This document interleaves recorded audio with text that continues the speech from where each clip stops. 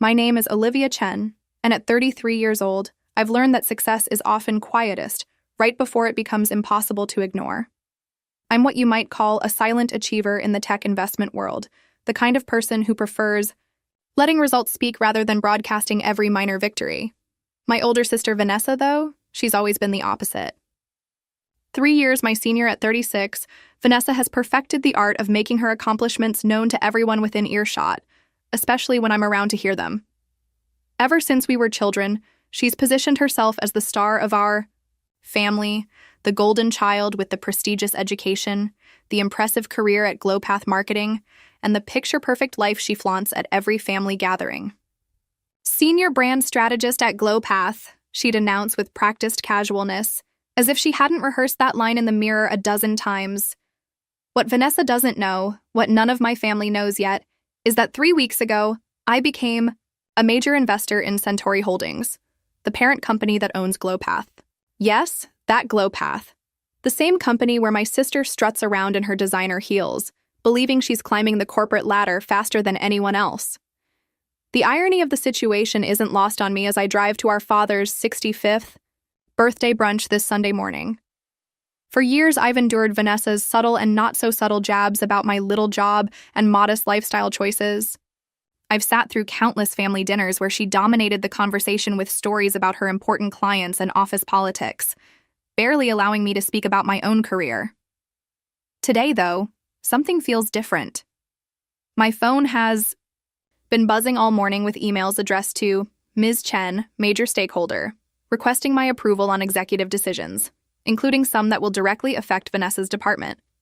I'm nervous, excited, and if I'm being completely honest, a small part of me is looking forward to the moment when Vanessa realizes that the little sister she's been looking down on for decades is now, effectively, her boss's boss. Not that I plan to reveal this information intentionally, but family brunches with Vanessa have a way of bringing things to the surface, especially when she starts questioning my career choices in front of everyone. I grip the steering wheel tighter, wondering if today will finally be the day when everything changes between us. Growing up as Vanessa Chen's younger sister meant living in a perpetual shadow. Our childhood home in suburban Connecticut was spacious enough for a family of 4, but somehow there never seemed to be enough room for both of our personalities to shine. Vanessa was the textbook firstborn, confident, outspoken, and naturally talented at winning adult approval. I was the quiet observer, the one who preferred reading in corners to performing in living rooms. This dynamic wasn't necessarily anyone's fault. Our parents loved us both, I never doubted that. But there was an unmistakable difference in how they responded to us. "Look at Vanessa's beautiful painting," they'd exclaim, proudly displaying her artwork on the refrigerator, while my more technically proficient drawings would receive a pat on the head and be tucked away in a drawer. "Vanessa's so outgoing, just like her father," relatives would comment, while I'd be described as the shy one or sometimes not mentioned at all. The pattern became most apparent during my 5th grade science fair. I'd spent weeks researching photosynthesis, setting up controlled experiments with different plants, and carefully documenting my findings in a meticulously organized binder. The night before the fair, Vanessa, then in 8th grade, looked through my project while I was asleep. At breakfast the next morning, she casually mentioned several of my findings to our parents, presenting them as casual observations she'd made for her own school project. When I tried to speak up, saying those were actually my discoveries for tomorrow's science fair, my parents assumed I'd overheard and misunderstood Vanessa's conversation. "Don't be silly, Olivia," my mother said. "Vanessa has been working on plant biology for weeks." I remember my face burning with frustration as Vanessa gave me a small, triumphant smile behind our parents' backs. That day marked the beginning of my understanding that in our family, Vanessa's voice would always be louder, more believable, more valued than mine. Instead of fighting for attention, I began focusing inward, developing interests that Vanessa showed no inclination toward. While she joined cheerleading and debate club, cultivating the social skills that would later serve her in marketing, I discovered a passion for numbers and business strategy. At 13, I started reading my father's Wall Street Journal, not because anyone encouraged me to, but because nobody, especially Vanessa, paid attention to it. "Math is for nerds," Vanessa declared one evening when she caught me working. through an algebra problem set for fun. Nobody's going to care how smart you are if you can't even talk to people without turning red. Her words stung, but there was also something liberating about her dismissal. If Vanessa thought business and finance were beneath her notice, then perhaps these could become realms where I could define myself outside of her influence. Throughout high school, as Vanessa collected accolades for public speaking and leadership, positions in student government, I quietly excelled in economics and computer science. When I mentioned my interest in business school over dinner one night, Vanessa laughed and said, "Really, Olivia? You think you have the personality for business? You can barely order pizza without stuttering." Our parents chuckled, not unkindly but assumptively, as if Vanessa's assessment of my capabilities was simply stating the obvious. That night, lying in bed, I made a silent promise to myself. I would succeed on my own terms, in my own way, even if nobody in my family could see my potential. Little did I know then that this promise would shape the next 15 years of my life, leading me on a path that would eventually intersect with, and perhaps even eclipse, my sister's carefully curated trajectory. The day my college acceptance letters arrived marked the first major divergence in our life paths. Vanessa had already been attending Weston University, an Ivy League school with a prestigious marketing program, for 2 years by then. Her acceptance had been celebrated with a special dinner, photographs, and congratulatory calls to all our relatives. When I received my full academic scholarship to State University's business program, my parents were pleased but not ecstatic. "State has a decent program," my father said, with the kind of measured approval that suggested he was making the best of a disappointing situation. Vanessa, home for spring break, glanced at my acceptance letter and financial aid package. "Betrayals. Least you won't have student loans," she said, as if my scholarship was a consolation prize rather than an achievement. "Though you'll miss out on the connections you'd make at a real university." That comment set the tone for our college years. Every time Vanessa came home, she brought stories of networking events with industry leaders, exclusive internship opportunities, and social connections with children of CEOs and politicians.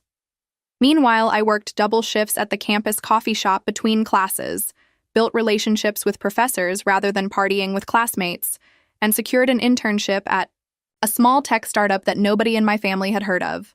At Thanksgiving during my junior year, Vanessa arrived with her new boyfriend, James, a finance major from a wealthy New York family. As we passed dishes around the table, the conversation inevitably turned to our studies and future plans. "James just accepted an offer at McKinsey," Vanessa announced proudly, squeezing his arm. "And I've been shortlisted for the marketing associate position at GlowPath.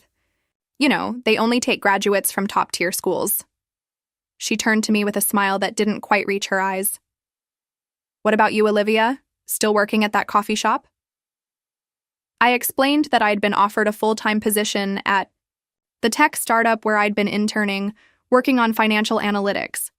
The company was small but growing, with innovative products in the enterprise software space. Before I could elaborate, Vanessa cut in. "So you'll be crunching numbers in a tiny cubicle somewhere? That sounds suitable for you, I guess. Not everyone is cut out for the pressure of high-profile client work." Our parents nodded along, accepting Vanessa's framing of my career choice as settling for something lesser, rather than pursuing something different. That night, I sat on my childhood bed scrolling through financial news sites, reading about investment strategies and startup valuations. A small voice inside me wondered if Vanessa was right.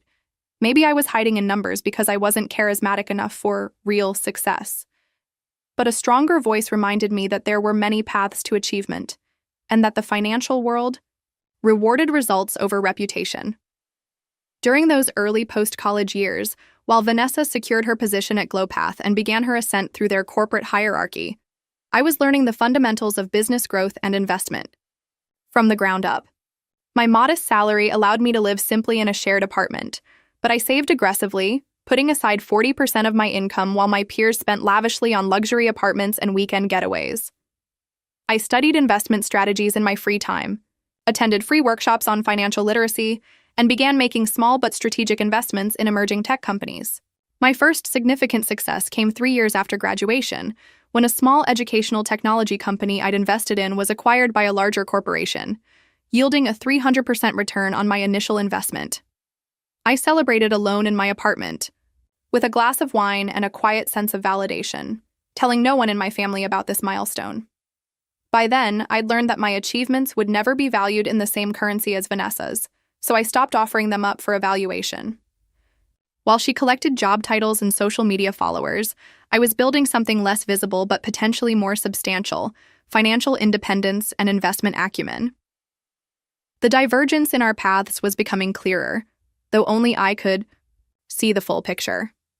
To everyone else, especially at family gatherings, I was still just quiet Olivia with the ordinary job, nodding politely while Vanessa held court with stories of marketing campaigns for luxury brands and client meetings in glamorous locations. I didn't know then that these parallel journeys would eventually intersect in a way neither of us could have anticipated. As we entered our 30s, the contrast between our lifestyles became even more pronounced, though not in the way my family perceived. Vanessa had reached what appeared to be the pinnacle of professional success: senior brand strategist at GlowPath, married to James, who had become an investment banker, living in a luxury condo in the city with the right address and the right furniture featured on her meticulously curated Instagram. Yet despite these outward markers of achievement, I began noticing an edge of desperation creeping into her interactions with me. It started at our cousin May's wedding 3 years ago. I'd just turned 30 and had recently moved into a management position at a mid-sized financial technology firm, a significant step up from my previous role, though still modest compared to Vanessa's title. During the reception, as family members caught up with each other, my aunt asked about my work. Before I could answer, Vanessa swooped in. "Olivia's still figuring things out," she said, patting my shoulder condescendingly. "Not everyone peaks. Early like some of us." She laughed, making it sound like a joke, but her eyes held a challenging gleam. "Actually," I started to explain my new role, but Vanessa immediately launched into a story about GlowPath's recent campaign for a famous luxury brand, effectively drowning out my voice. 6 months later, at our grandmother's 80th birthday celebration, the pattern continued. This time, when a family friend asked about my career, Vanessa interrupted again. "Olivia works with spreadsheets all day," she said dismissively. "So dull I can barely stay awake when she talks about it. Meanwhile, I just got back from our company retreat in Bali. The CEO personally commended my team's work on the Luminance account." Christmas that year brought more of the same. Vanessa and James arrived in matching cashmere sweaters, bearing expensive gifts and photos from their recent vacation in the Maldives. As we gathered in the living room after dinner, my father asked about my recent promotion. I'd become an investment analyst at a boutique firm that specialized in tech startups, a position that allowed me to leverage my growing expertise in market trends and valuation. "Dad, you're so sweet to take an interest," Vanessa cut in before I could speak, "but trust me, Olivia's job is basically just data entry with a fancier title. Now let me tell you about this amazing opportunity I've been given to lead GlowPath's expansion into Asian markets." Her dismissiveness was no longer subtle. It had become blatant and increasingly cruel. Around this time, Vanessa's social media presence began to reflect this same attitude. She wouldn't name me directly, but her posts contained thinly veiled references to people who settle for mediocrity and the difference between those who dream and those who achieve. One post particularly stung: a carefully filtered photo of her office view with the caption, "Some people count other people's money, others make it. Blessed, worn GlowPath life." The comments section filled with admiring responses, including several from our extended family members. These public displays of superiority coincided with what I later learned was a plateau in Vanessa's career. Despite her boasting, she'd been passed over for promotion twice, while younger colleagues advanced ahead of her. James, too, had hit roadblocks at his firm, leading them to stretch financially to maintain the lifestyle they felt entitled to. None of this was evident to our family, who continued to see Vanessa as the epitome of success. For my part, I'd stopped sharing career developments altogether. My investment portfolio had grown significantly, and I'd begun making angel investments in promising startups, building a reputation in financial circles that never intersected with my family life.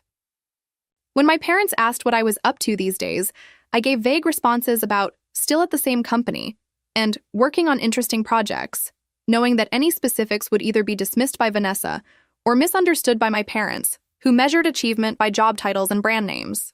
This created a strange dual existence. Professional Olivia, who was increasingly respected for her investment acumen and financial strategy, and family Olivia, who was still seen as the underachieving younger sister who couldn't quite find her place in the world. The emotional toll of this dichotomy weighed on me, especially during family gatherings where I'd sit silently as Vanessa dominated conversations, wondering if I should finally reveal the truth about my growing success or continue letting her believe her own narrative. Our parents noticed the tension but attributed it to normal sibling rivalry, occasionally telling me in private, "Try not to take it personally, dear. Vanessa has always been competitive." What they didn't understand was that for Vanessa, this wasn't competition. It was complete dismissal of my worth and potential. And while part of me longed for their recognition and validation, another part had grown weary of seeking approval from people who had decided my value decades ago. The internal conflict gnawed at me: continue my path of quiet achievement or finally stand up and challenge the family mythology that Vanessa had so carefully constructed. Little did I know that circumstances would soon force this decision in a way none of us could have anticipated. The turning point in my career came suddenly, but not without groundwork. For years, I'd been building my portfolio methodically, diversifying investments across tech startups, established companies undergoing digital transformation, and emerging market opportunities. By my 32nd birthday, my net worth had quietly grown to 7 figures, though I still lived in my modest apartment and drove the same reliable sedan I'd purchased 5 years earlier. Unlike Vanessa and James, who spent lavishly on visible status symbols, I reinvested most of my returns, watching my financial foundation strengthen with each strategic decision. The investment community began to notice. Margaret Winters, a veteran venture capitalist known for her sharp mind and sharper standards, reached out after reading an analysis I'd published in a financial technology journal. Most investors your age chase trendy unicorns without understanding fundamentals, she told me over coffee at her private club. You recognize value where others see only spreadsheets. Margaret became both mentor and advocate, inviting me to join her angel investment group where I could leverage my analytical skills alongside experienced investors. You have extraordinary talent, Olivia, she said once, studying me with piercing blue eyes. But you seem reluctant to claim your achievements. May I ask why? The question caught me off guard. No one had ever noticed, much less questioned, my habit of downplaying my success.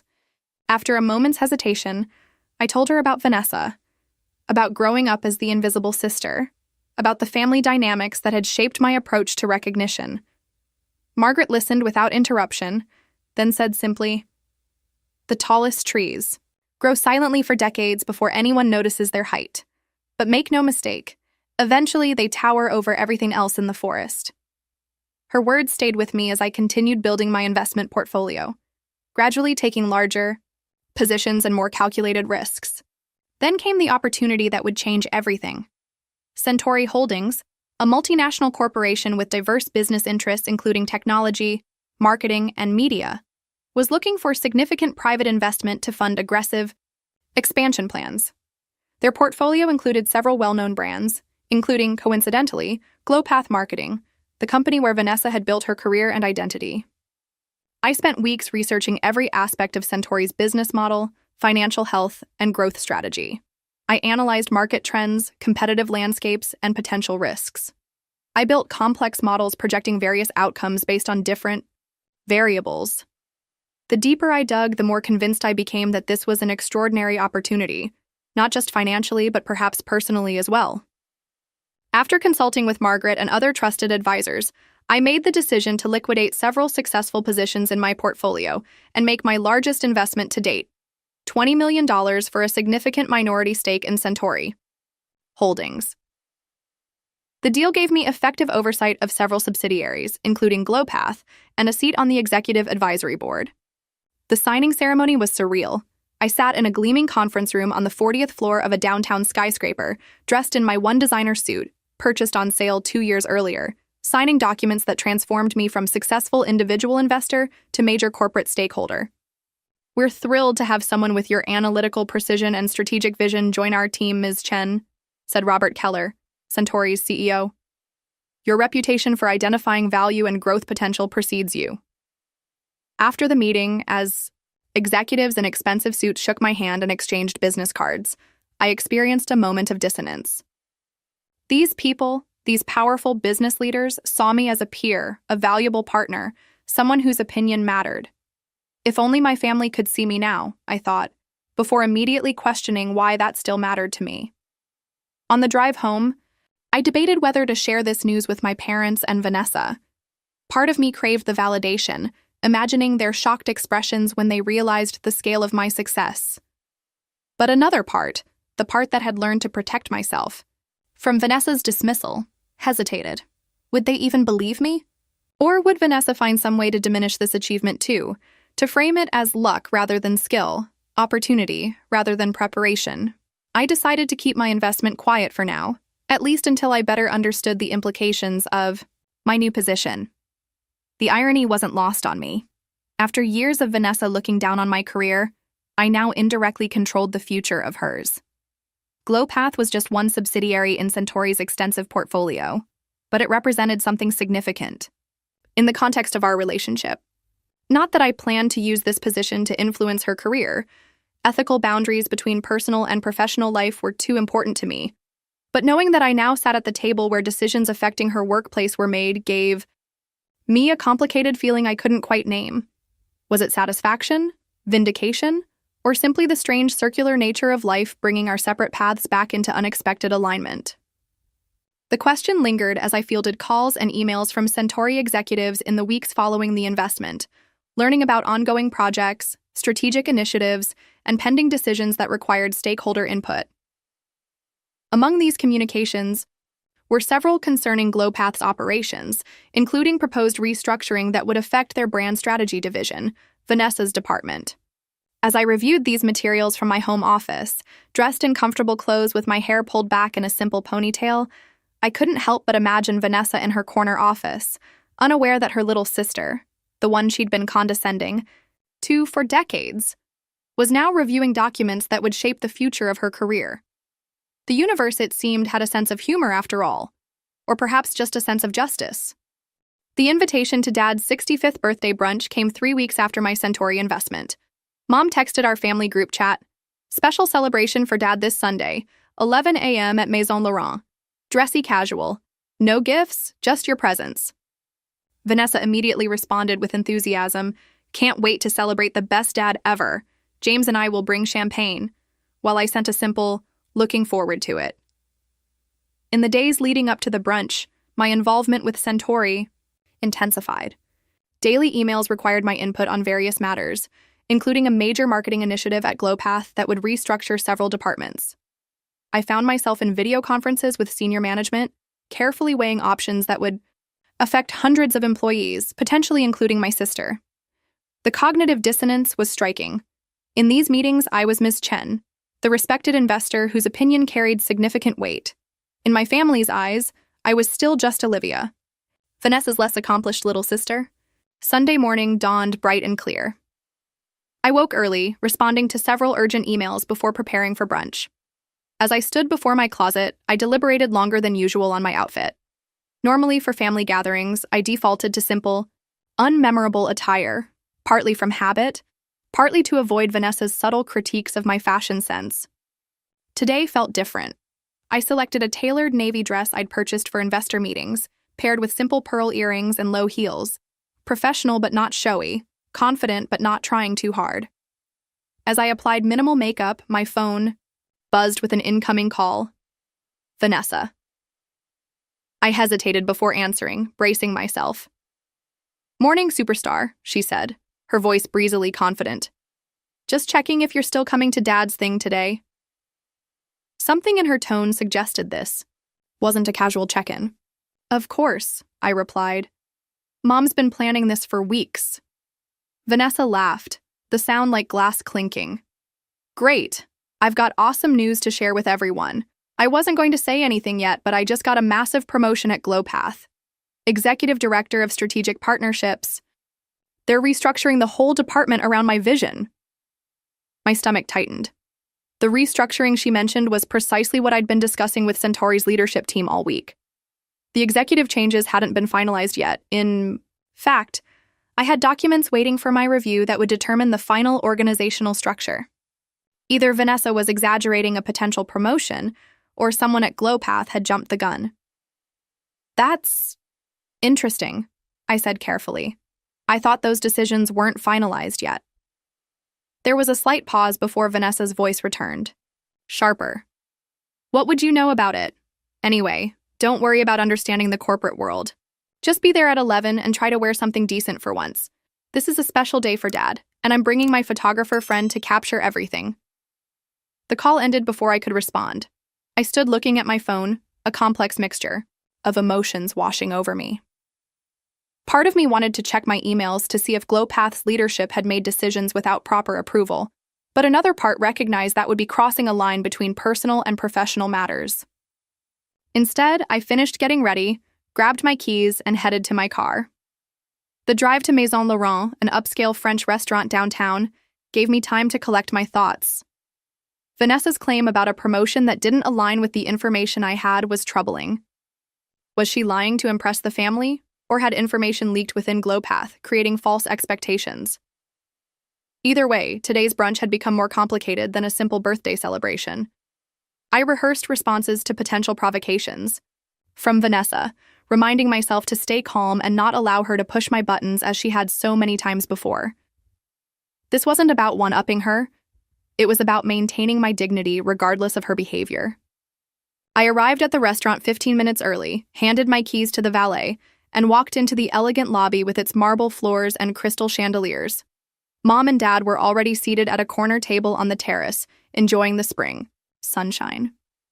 Dad stood to hug me, his face lighting up with genuine pleasure. "There's my Olivia," he said warmly, always punctual. Mom kissed my cheek, complimenting my dress with mild surprise, as if she hadn't expected me to make an effort. "Vanessa just texted that they're running a few minutes late," she said, checking her phone. "Something about a work emergency she had to handle first."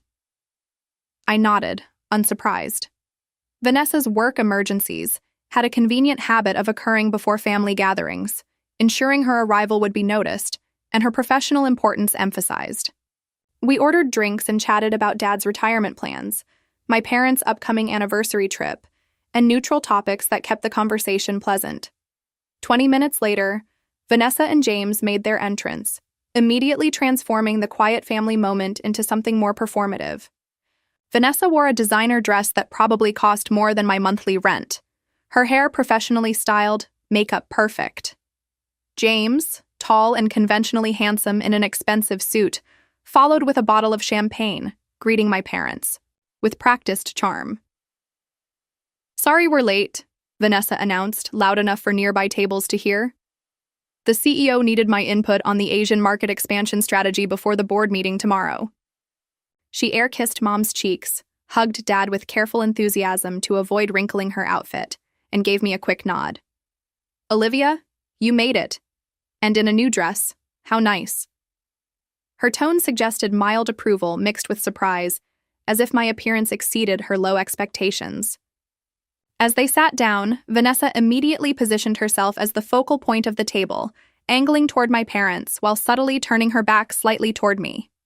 James ordered champagne for the table, insisting we toast not only to Dad's birthday but also to Vanessa's incredible news. I sipped my water, watching the familiar dynamic unfold, feeling the table being set, both literally and figuratively, for the confrontation that had been building for decades. The waiter arrived with menus, momentarily pausing Vanessa's monologue about her supposedly confirmed promotion. "Before we order," Dad said, "I want to thank you all for being here. Having both my daughters together is the best gift." He looked genuinely happy, and I felt a pang of guilt about the tension I knew was brewing. Perhaps sensing an opening to bring me into the conversation, Mom turned to me. "Olivia, how are things at your job? Still enjoying it?" Before I could answer, Vanessa jumped in. "Mom, let's not make Olivia uncomfortable. You know she doesn't like talking about work."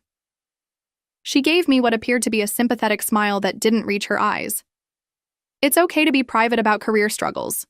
We all hit plateaus sometimes." I took a slow breath, determined to remain calm. "Actually, things are going well. I've made some significant—" Vanessa cut me off again, turning to James. Honey, tell them about your firm's new client. It's so impressive.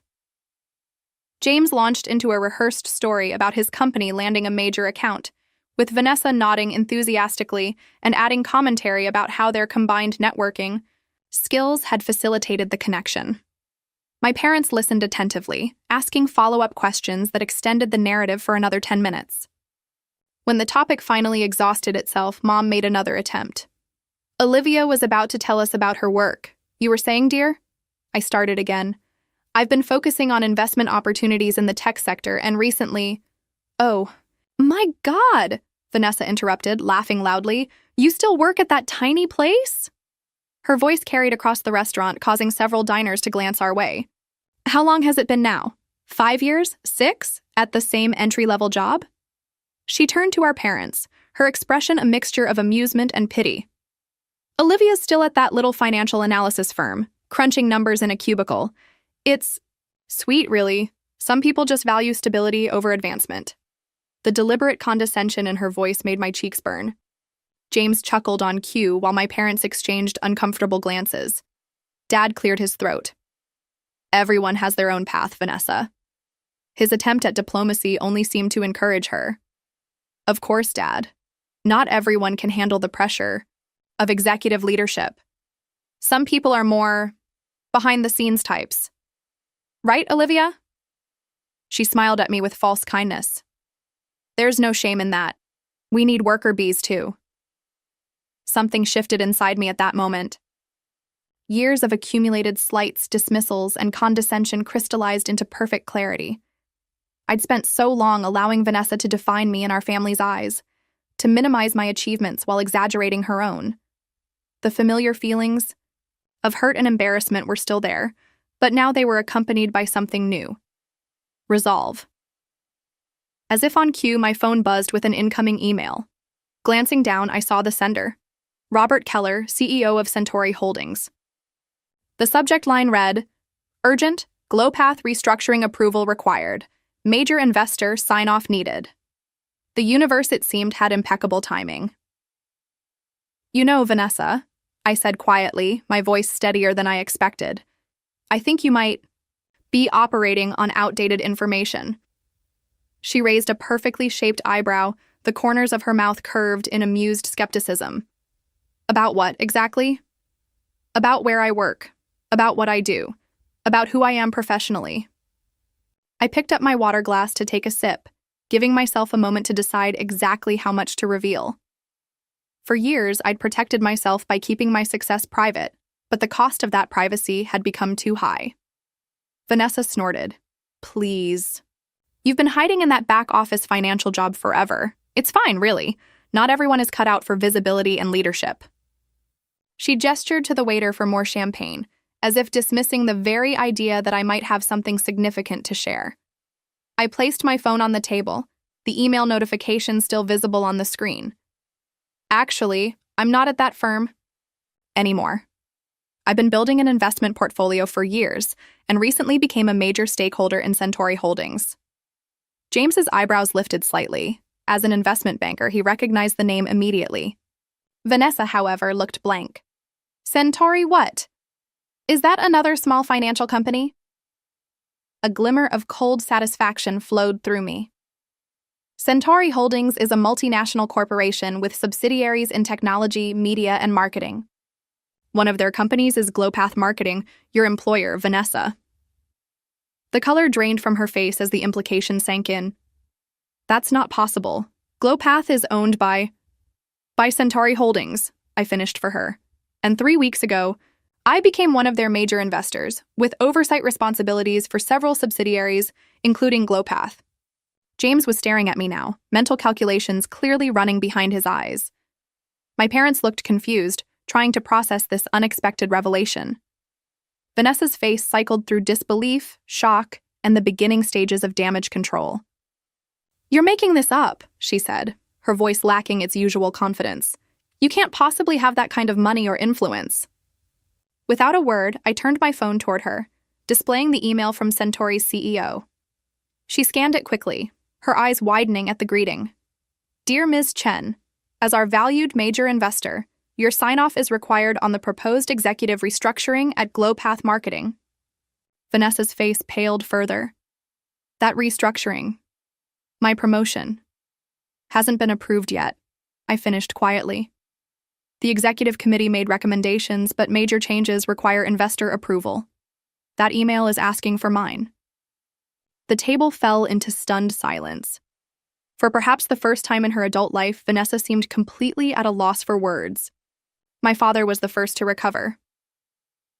Olivia, are you saying that you're an owner of Vanessa's company? The pride and confusion in his voice created a complex emotion in my chest. I'm a significant minority investor, I clarified. I don't run day-to-day operations, but I do have oversight on major decisions and restructuring. I looked directly at Vanessa. I've always kept my professional achievements private because they were never valued in our family conversations.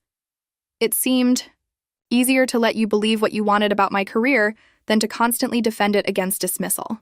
Vanessa's shock was transforming into something harder, a defensive anger beginning to form in her eyes. Mom reached for my hand. Why didn't you tell us, sweetheart? All this time? Because, I said gently, every time I tried to talk about my work, Vanessa would interrupt, minimize, or redirect the conversation.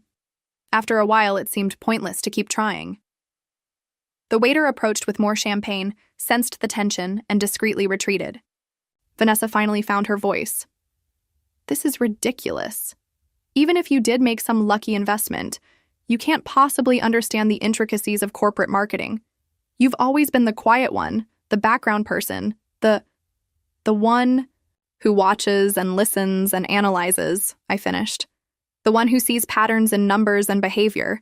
The one who built something substantial while you were building an image. The words weren't meant to wound, merely to state facts, but Vanessa flinched as if struck.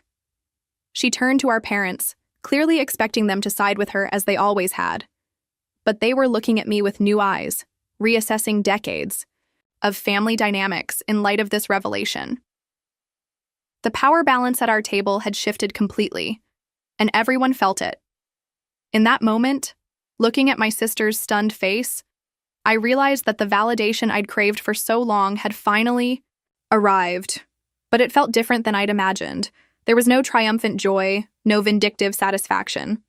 Instead, I felt a complex mixture of relief, sadness for years wasted seeking approval, and a strange empathy for Vanessa, whose carefully constructed narrative had just collapsed.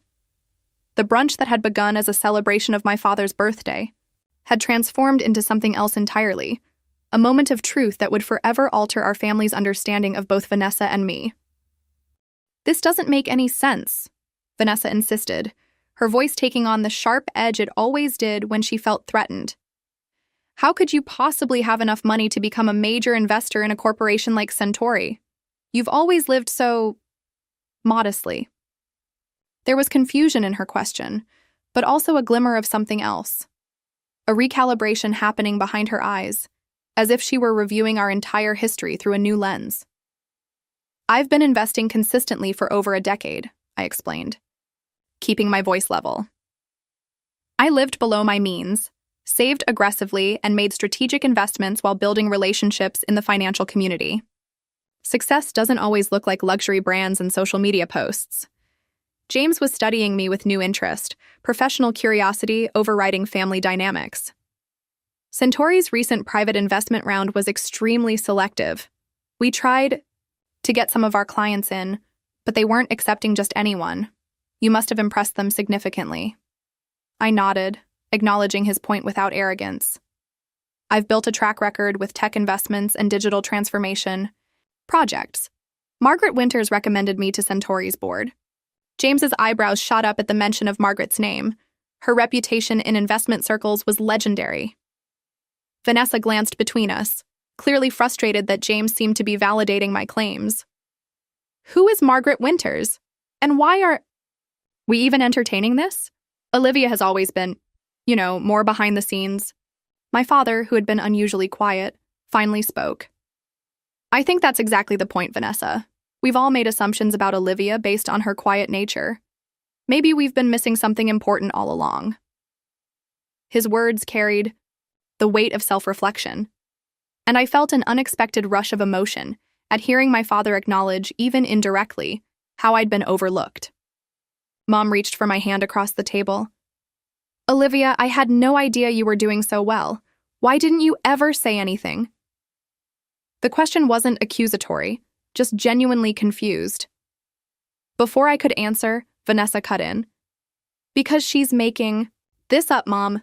This is probably some tiny investment she's blowing out of proportion to sound impressive for once." The desperation in her voice was palpable. I sighed, then did something I rarely did in family settings. I took control of the conversation. "I understand this is shocking, Vanessa. It doesn't align with the narrative you've constructed about me, about us. But it's reality." I opened my email app and turned my phone toward the table, scrolling through recent communications with Centauri's executive team, the investment agreement, meeting minutes where my input had been noted on key decisions. These are real. My position is real. And yes, I now have oversight authority on major decisions at GlowPath, including the restructuring you mentioned. Vanessa stared at the evidence, her face cycling through disbelief, anger, and the beginning stages of acceptance. "Why didn't you tell me you were investing in my company?" she demanded, as if this were somehow a betrayal rather than a coincidence. "I didn't invest in Centauri because of you," I clarified. "I invested because it made financial sense." GlowPath is just one of many subsidiaries. I didn't even know you worked there until after the deal was signed. This was mostly true, though I'd been aware of the connection. It simply hadn't factored into my decision-making. My father, always the practical one, was connecting dots. "So this restructuring Vanessa mentioned, her promotion, you'll be deciding whether that happens?"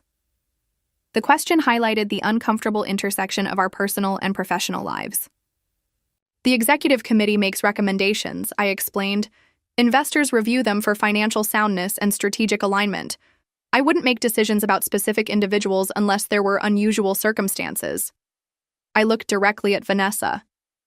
"Your career at GlowPath will continue to be based on your own performance and your management's assessment. Our personal relationship won't factor into my professional oversight." The unspoken message was clear. I wouldn't use my position to harm her career, but neither would I artificially advance it. Vanessa seemed to be processing this, her expression unreadable. "I still don't understand why you've kept all this secret," my mother said.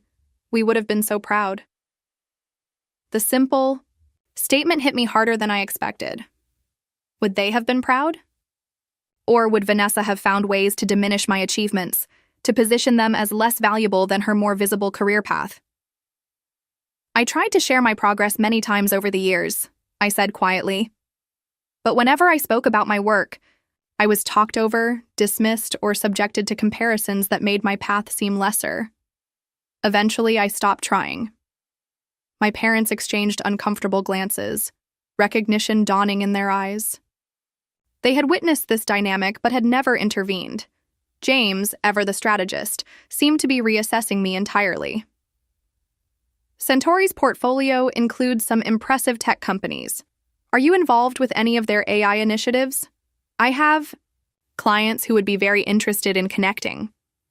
His attempt to network with me, something he'd never bothered to do before, might have been amusing if it weren't so transparent. "I don't discuss specific investment details outside proper channels," I replied coolly. "Professional boundaries are important to me." This seemed to impress him more than anything else I'd said. Vanessa had remained uncharacteristically silent, her mind visibly racing. Finally, she looked up, composure partially restored. "Well," she said with forced lightness, "this is quite the birthday surprise, isn't it, Dad? My little sister, the secret tycoon." The attempt at humor fell flat, the strain evident in her voice. Dad reached across the table and took my hand. "I'm sorry we didn't see it sooner, Olivia. But I'm incredibly proud of what you've accomplished." The simple validation, decades overdue, meant more than I wanted to admit. "Thank you, Dad. That means a lot." I turned to Vanessa, offering an olive branch. "Success looks different for different people. Your achievements in marketing are significant. Mine just happened to take a less visible path. She nodded stiffly, clearly struggling to process this seismic shift in our family's understanding of me, and by extension, of her. The waiter approached again, sensing a break in the tension. "Are we ready to order?" he asked diplomatically. As we picked up our menus, the dynamic at our table had fundamentally changed. My mother asked detailed questions about my investment work. My father beamed with pride. James attempted to engage me in finance discussions. And Vanessa watched it all with the expression of someone witnessing their carefully constructed reality being dismantled piece by piece. As we ordered our meals and the conversation continued, I felt lighter than I had in years. The secret was out. The burden of being perpetually misunderstood by my own family had lifted. Whatever came next, with Vanessa, with Glowpath, with our family dynamics, would at least be based on truth rather than misconception. As we toasted to my father's birthday, his eyes met mine with new understanding and respect. "To both my daughters," he said, raising his glass, "each exceptional in her own way." The simple acknowledgement nearly brought tears to my eyes. All these years, this was all I had wanted. Not to be seen as better than Vanessa, just to be seen accurately, valued for who I actually was rather than who they assumed I must be. The brunch continued, the conversation flowing in new patterns as my family adjusted to this revised understanding of who I was and what I had built. And through it all, Vanessa watched me with new eyes, reassessing everything she thought she knew about her quiet little sister. The days following Dad's birthday brunch unfolded like scenes from an alternate reality. Monday morning, my phone lit up with a text from Vanessa.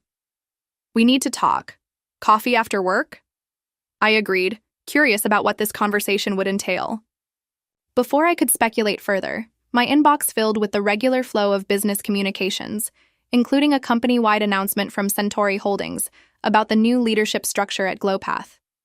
The restructuring had been approved over the weekend, not by me alone, but by the full investor committee.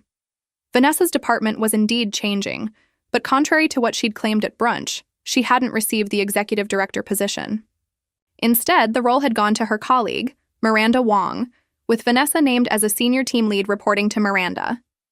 I wondered if she had seen the announcement yet. My question was answered minutes later when my phone exploded with notifications. 3 missed calls from Vanessa, followed by a barrage of texts. "Did you do this? Call me immediately. I know you're behind this." I took a deep breath before responding. "I'm in meetings until noon." The restructuring decision was made by the full investor committee based on executive recommendations. I'd be happy to discuss professional boundaries when we meet for coffee. Perhaps it was cold, but maintaining that separation between personal, history, and professional responsibility felt essential. The rest of the day passed in a blur of work obligations. At 5:30, I arrived at the agreed-upon coffee shop, neutral territory, away from both our workplaces. Vanessa was already there, immaculately dressed as always, but with unmistakable tension in her posture. "I didn't do this to spite you," I said as I sat down, addressing the elephant in the room immediately. The restructuring plan was already in motion before I became an investor. The committee voted based on performance metrics and strategic alignment. Vanessa's eyes flashed. "You expect me to believe that? After years of me being more successful, suddenly you have power over my company and I get passed over for promotion? That's quite a coincidence." The familiar dismissiveness in her tone triggered old feelings, but I pushed them aside. "Vanessa, I've reviewed your department's reports. You're an effective marketer, but Miranda has consistently outperformed you in client retention and team leadership metrics. This isn't personal, it's business." She stared at me, searching for signs of vindictiveness or gloating, but finding only professional detachment. "How long?" she finally asked. "How long have you been this successful, while pretending to be just getting by?" The question revealed how completely she had misunderstood my life. I never pretended anything. I tried to share my career progress many times, but you always interrupted or dismissed it. Eventually, I stopped trying. She looked away, perhaps remembering specific instances. "I thought you were just, I don't know, doing some basic financial job, spreadsheets and stuff." That's because you never actually listened when I tried to explain what I did, I said, keeping my voice even. You decided early on that your path was more impressive, and you filtered everything I said through that assumption. The next morning brought another unexpected development. I received an email from Robert Keller, Centauri's CEO, mentioning he'd gotten an unusual request. Ms. Chen, your sister Vanessa contacted me directly, referencing your family relationship and requesting a meeting to discuss the recent restructuring. While I appreciate family connections, we generally maintain formal channels for organizational concerns. How would you like me to proceed? The boundary crossing was so characteristically Vanessa that I might have laughed if it weren't so professionally inappropriate. I responded thanking him for bringing this to my attention and suggesting that Vanessa follow standard HR protocols for any concerns about organizational changes. Later that week, I visited Centauri's headquarters for scheduled meetings. Walking through the lobby of Glowpath's floor, I noticed the newly updated investor plaque on the wall, my name now prominently displayed among others.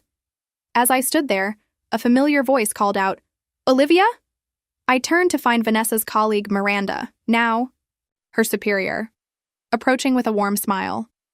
"I thought that was you. I'm so glad to finally meet in person. Your insights during the digital marketing strategy session last month were brilliant." We chatted briefly about upcoming initiatives, with Miranda expressing genuine appreciation for my perspective on their Asian market expansion. As we talked, I noticed Vanessa watching from across the lobby, her expression unreadable. The conversation concluded with Miranda saying, "We should grab lunch sometime.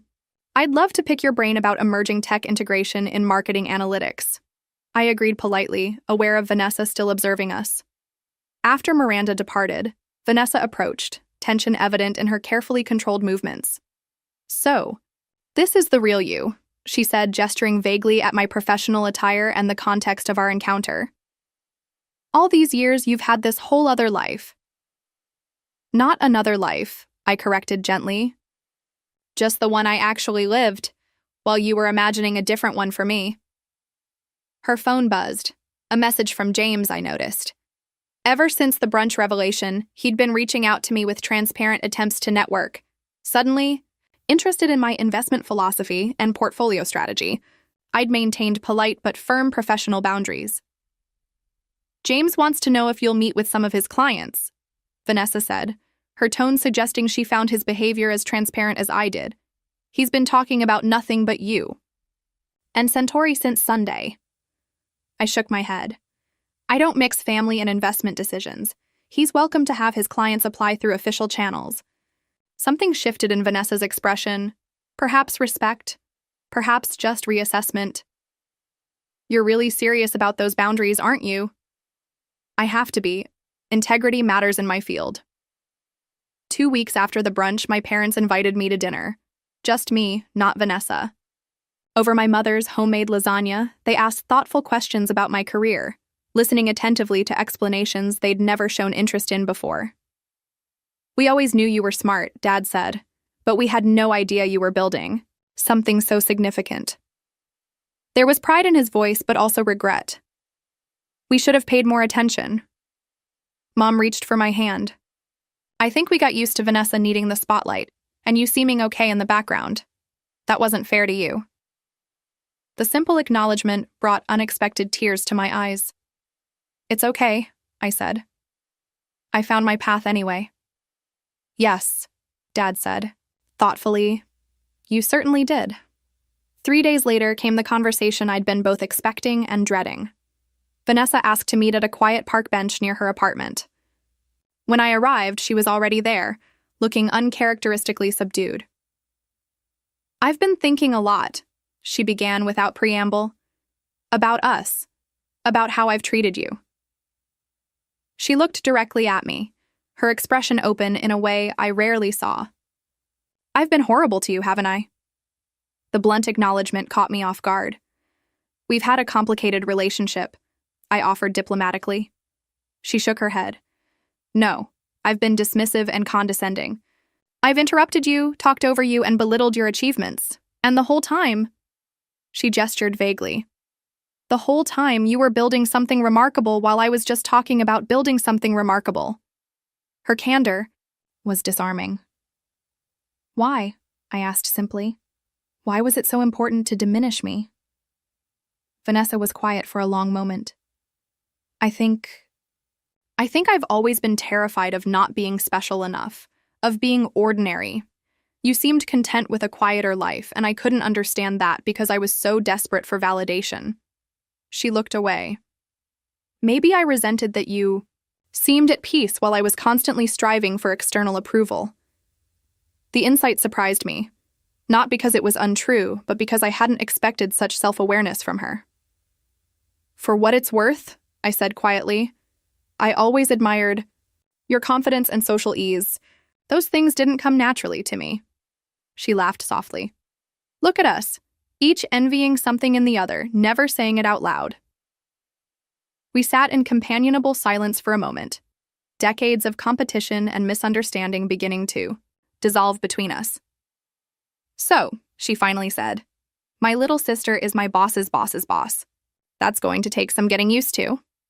I smiled. I'm not your boss. I'm an investor in the parent company. Different role entirely.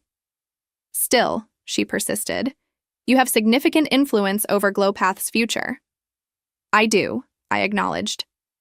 But I don't make personnel decisions about individuals. Those come from direct management. Your career at Glowpath will continue to be based on your own performance, not our relationship. She nodded slowly.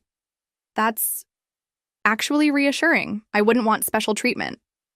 Not even positive special treatment? She shook her head firmly. No, I want to succeed on my own merits. I think that's something I need to prove to myself now.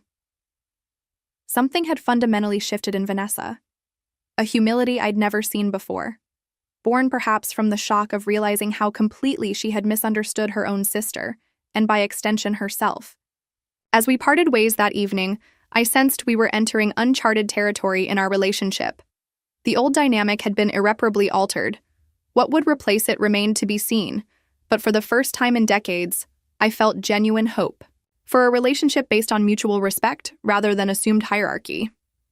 That night, I received an unexpected email from Vanessa. I've been thinking about something Miranda mentioned today, that presentation you gave about digital integration. Any chance I could see those materials? I think I have a lot to learn. It was a small gesture, but in the context of our history, it felt monumental. My sister was acknowledging that I had something valuable to teach her. I sent the presentation with additional resources, adding a simple note. Happy to discuss anytime. 2 simple words that would have been unimaginable just weeks before. Happy and anytime. The foundation of an entirely new dynamic between us was being laid, one careful brick at a time. 6 months after the revelatory brunch, my family gathered for Thanksgiving dinner at my parents' home. The physical setting was familiar. The same dining table where we'd shared countless meals, the same china patterns, the same traditional menu. But almost everything else had transformed. I arrived early to help Mom in the kitchen, a routine that hadn't changed, but our conversation as we prepared the meal flowed in new patterns. She asked questions about my recent investment in an educational technology startup led by women entrepreneurs, listening attentively to my explanations about scalability and social impact metrics. I never realized how passionate you are about this work, she said, pausing while crimping pie crust. All these years, I thought you were just being private, but you were trying to tell us, weren't you? I nodded, surprised by the lack of resentment I felt discussing this now. I tried for a long time, but eventually it seemed easier to keep that part of my life separate. She looked thoughtful. Your father and I have been talking about this a lot. How we missed so much of who you really are because we fell into patterns of focusing on Vanessa's more visible achievements. She placed a gentle hand on mine. I'm sorry, Olivia. Truly. The simple acknowledgement meant more than I expected. It's okay, Mom. I found my way regardless. Yes, she said, with unmistakable pride. You certainly did. Dad wandered into the kitchen, stealing a bite of stuffing and kissing my cheek. There's my investment genius. The Caltech program director called me yesterday. They want you to speak to their business students next semester about ethical investing principles. This was news to me. They called you? He looked slightly embarrassed. They found my number when they couldn't reach you directly. I hope you don't mind that I gave them your email. The idea of my father proudly telling strangers about my work, even facilitating professional connections, was so far from our previous dynamic that I felt momentarily disoriented. "That's fine, Dad. I'd be happy to speak with them." The doorbell rang, announcing Vanessa and James's arrival. I braced myself instinctively, an old habit not yet unlearned. But the Vanessa who entered was subtly different from the sister I'd known all my life. Her designer outfit was still immaculate, her makeup flawless, but there was something less performative in her demeanor. She hugged our parents warmly, then turned to me with genuine warmth. "Hey, financial genius, brought your favorite wine." She handed me a bottle of the small batch Cabernet I'd mentioned enjoying during our last conversation, a small detail she'd never have bothered remembering in the past. Dinner unfolded with a new conversational balance. Vanessa still shared stories about her work. Old habits die hard. But now she included challenges and learning moments alongside successes. "The transition under Miranda's leadership hasn't been easy," she admitted, "but I'm learning so much about strategic planning." "Actually, Olivia, those resources you sent about digital integration were incredibly helpful. I've been implementing some of those approaches with my team." The acknowledgement, public, sincere, and professional, was unprecedented. "I'm glad they were useful," I replied. "There's a follow-up webinar next month if you're interested. The presenter is brilliant on cross-platform analytics." "I'd love that," she said, making a note in her phone. "Maybe we could watch it together and discuss applications afterward?" This suggestion of voluntary professional collaboration would have been unthinkable 6 months ago. As we cleared the dinner plates, James cornered me in the kitchen. "I've been meaning to ask you," he began, lowering his voice, "about Vanessa's position at Glowpath. Is there anything you could do to, help her advance more quickly?" The old James, seeing family connections as leverageable assets. Some things hadn't changed after all. "James," I said calmly, "my investment role and Vanessa's career are separate matters. She's doing well based on her own merits, which is exactly as it should be." Before he could press further, Vanessa appeared in the doorway. "James, stop it," she said firmly. "Olivia has been clear about professional boundaries, and I respect that. I want to earn my own promotions." The look of surprise on his face at being contradicted by his wife was almost comical. "But babe, it's just a small favor between—" "No," Vanessa interrupted with unexpected conviction. "That's not how either of us wants this to work. Right, Olivia?" The solidarity between us in that moment felt novel and powerful. "Right," I confirmed, meeting my sister's eyes with new understanding. Later, as we settled in the living room for coffee and dessert, Dad raised his cup in an impromptu toast. "To my remarkable daughters," he said warmly, "who are teaching this old man about growth and reconciliation." Mom squeezed his hand, adding, "And to new beginnings." Over the following weeks, Vanessa and I began establishing a different kind of relationship. Not best friends exactly, but something more authentic than we'd ever managed before. We met for occasional lunches where conversations ranged from work challenges to family memories, now viewed through more mature perspectives. During one such lunch in early December, Vanessa surprised me with an insight I hadn't expected. "You know what I've realized?" she said, stirring her soup thoughtfully. "All those years I spent trying to impress everyone, and you were the one actually building something meaningful. I was so focused on looking successful that I missed some opportunities to be successful in ways that mattered more." The self-awareness in her observation struck me. "We all have different paths," I offered. "Your marketing skills are genuinely impressive. You just got caught up in how they looked to others rather than what they meant to you." She nodded slowly. "That's changing, though. I've started volunteer work with a literacy nonprofit, using my communication skills to help them develop better outreach programs. It's not glamorous or impressive at dinner parties, but it feels right." This new dimension of Vanessa, reflective, service-oriented, less concerned with appearances, was a revelation. Around the new year, I launched a mentorship program for young women from disadvantaged backgrounds interested in finance and investment. To my surprise, Vanessa offered to partner on the initiative, contributing marketing expertise to help promote the program and attract both mentors and participants. "We make a good team when we're not competing," she observed as we reviewed applications together one evening. You with the analytical foundation, me with the communication polish. The assessment was accurate, and I found myself appreciating her strengths in a way I never had before. We might have figured this out decades ago if we'd tried collaboration instead of competition, I mused. She looked up from her notes, expression serious. I don't think I was capable of that then. I needed this. Humbling, I guess. Needed to see myself more clearly. The spring brought another family gathering, a casual barbecue at my parents' home. As Vanessa and I prepared a salad together in comfortable silence, Mom watched us with unconcealed wonder. I never thought I'd see this day, she admitted. You two working together without tension. It's beautiful. Vanessa caught my eye, a hint of mischief in her expression. Don't worry, Mom. I'm sure we'll find something to disagree about eventually. But maybe now we can disagree as equals. That word, equals, captured the fundamental shift in our relationship. No longer was she the golden child and I the overlooked younger sister. No longer was she the successful one and I the underachiever. We had found a balance based on mutual respect for our different strengths and paths. One evening in late April, Vanessa called with news. I've been offered a new position at Glowpath, she said, excitement evident in her voice.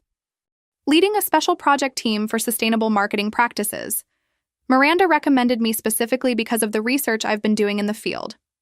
The genuine achievement, earned through merit rather than self-promotion, clearly meant more to her than previous advancements. That's fantastic, Vanessa. You've worked hard for this. Thanks, she said, then added with surprising vulnerability. It means a lot, hearing that from you. After we hung up, I sat in my home office reflecting on the journey we'd taken over the past year. From that painful brunch confrontation to this moment of sincere celebration of each other's successes, the transformation seemed almost unbelievable. Yet it had happened gradually, through hundreds of small interactions, each one rebuilding trust and understanding between us. Perhaps the most profound change wasn't in our external circumstances, my investment success or Vanessa's career evolution, but in our internal landscapes. I no longer measured my worth through her acknowledgement. She no longer defined herself in opposition to me. We had both found our authentic values and purposes, independent of the comparative framework that had shaped our early lives. As spring turned to summer, Vanessa and I collaborated on something entirely unexpected, a charitable foundation focused on financial literacy for young women. Drawing on my investment expertise and her communication skills, we developed a program that would provide both practical knowledge and mentorship opportunities. During one planning session, Vanessa looked up from her notes with a thoughtful expression. You know what I've realized? Being underestimated was probably your greatest advantage. Nobody was watching you or placing expectations on you, so you could build something extraordinary without interference.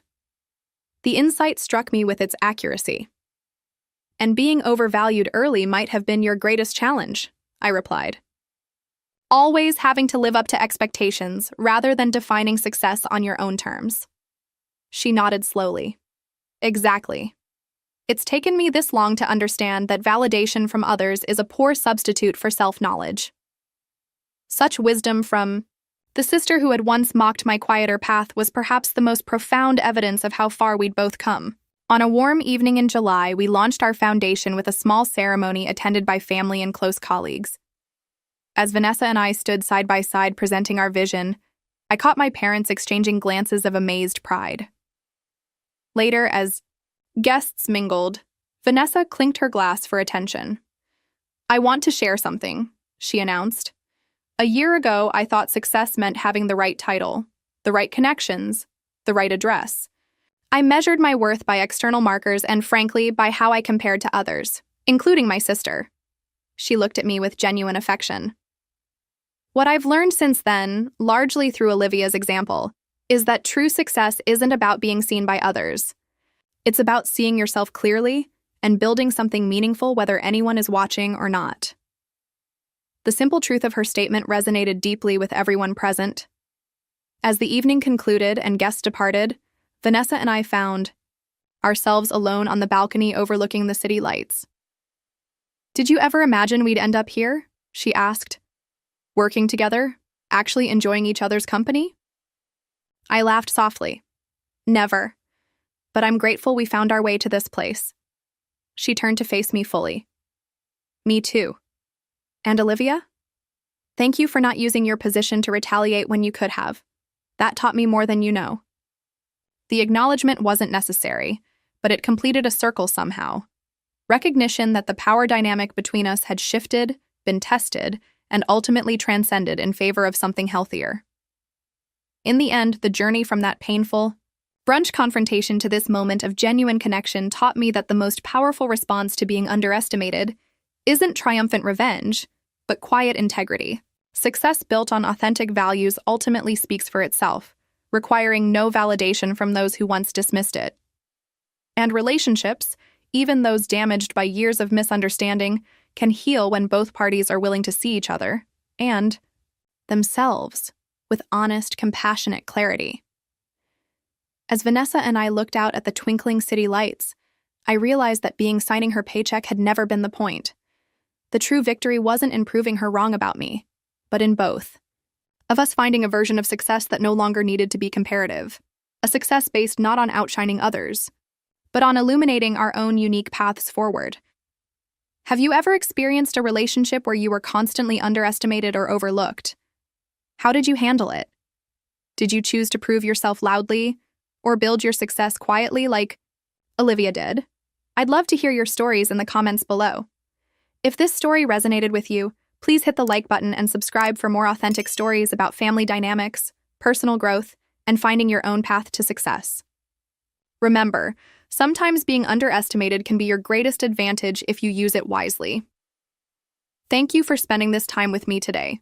No matter where you are on your journey, remember that true success isn't measured by others' recognition, but by staying true to your own values and purpose. Until next time, take care of yourself and those you love. I never thought a monthly family dinner would be the night my carefully built life would implode. I'm Olivia Martinez, 34 years old, and I was sitting at my parents' oak dining table, the same one where we'd celebrated birthdays and holidays for decades, trying to ignore the tension hanging in the air like a storm cloud. Mom's critical glances swept over me. Dad maintained his characteristic silence, and my sister Emily wore an unusual smirk that made my stomach tighten. The familiar suburban home with its floral wallpaper and family photos felt suffocating that evening, and I found myself mentally calculating how soon I could politely excuse myself. We'd been discussing mundane neighborhood gossip and Emily's recent vacation to Bali, complete with Instagram-perfect photos that I knew cost more than she could afford. The conversation had been flowing like molasses, but I was playing my part, asking appropriate questions about her resort and feigning interest in Mom's updates about church committee politics. Then, without warning, Emily's demeanor changed. She set down her wine glass with deliberate precision, pushed back her chair, and stood up dramatically, her hands planted firmly on the table. "I have something important to share with everyone," she announced, eyes laser-focused on me with an intensity that made my blood run cold. The room fell silent as all eyes turned to her. "She's been hiding millions.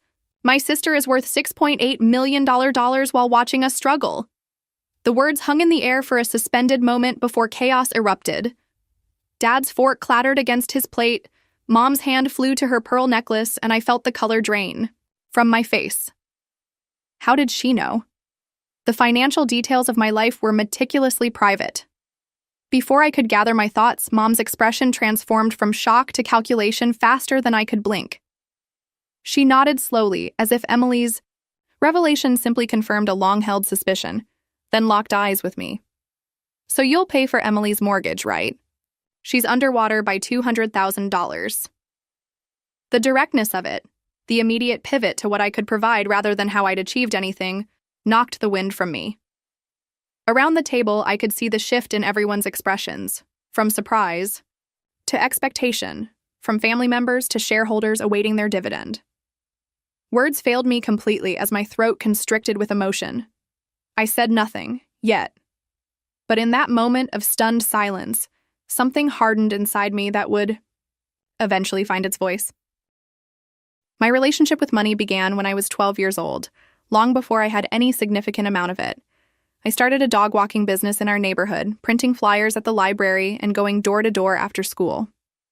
While most Kids my age were watching TV or playing video games. I was learning responsibility and the value of hard work, one pooper scooper at a time.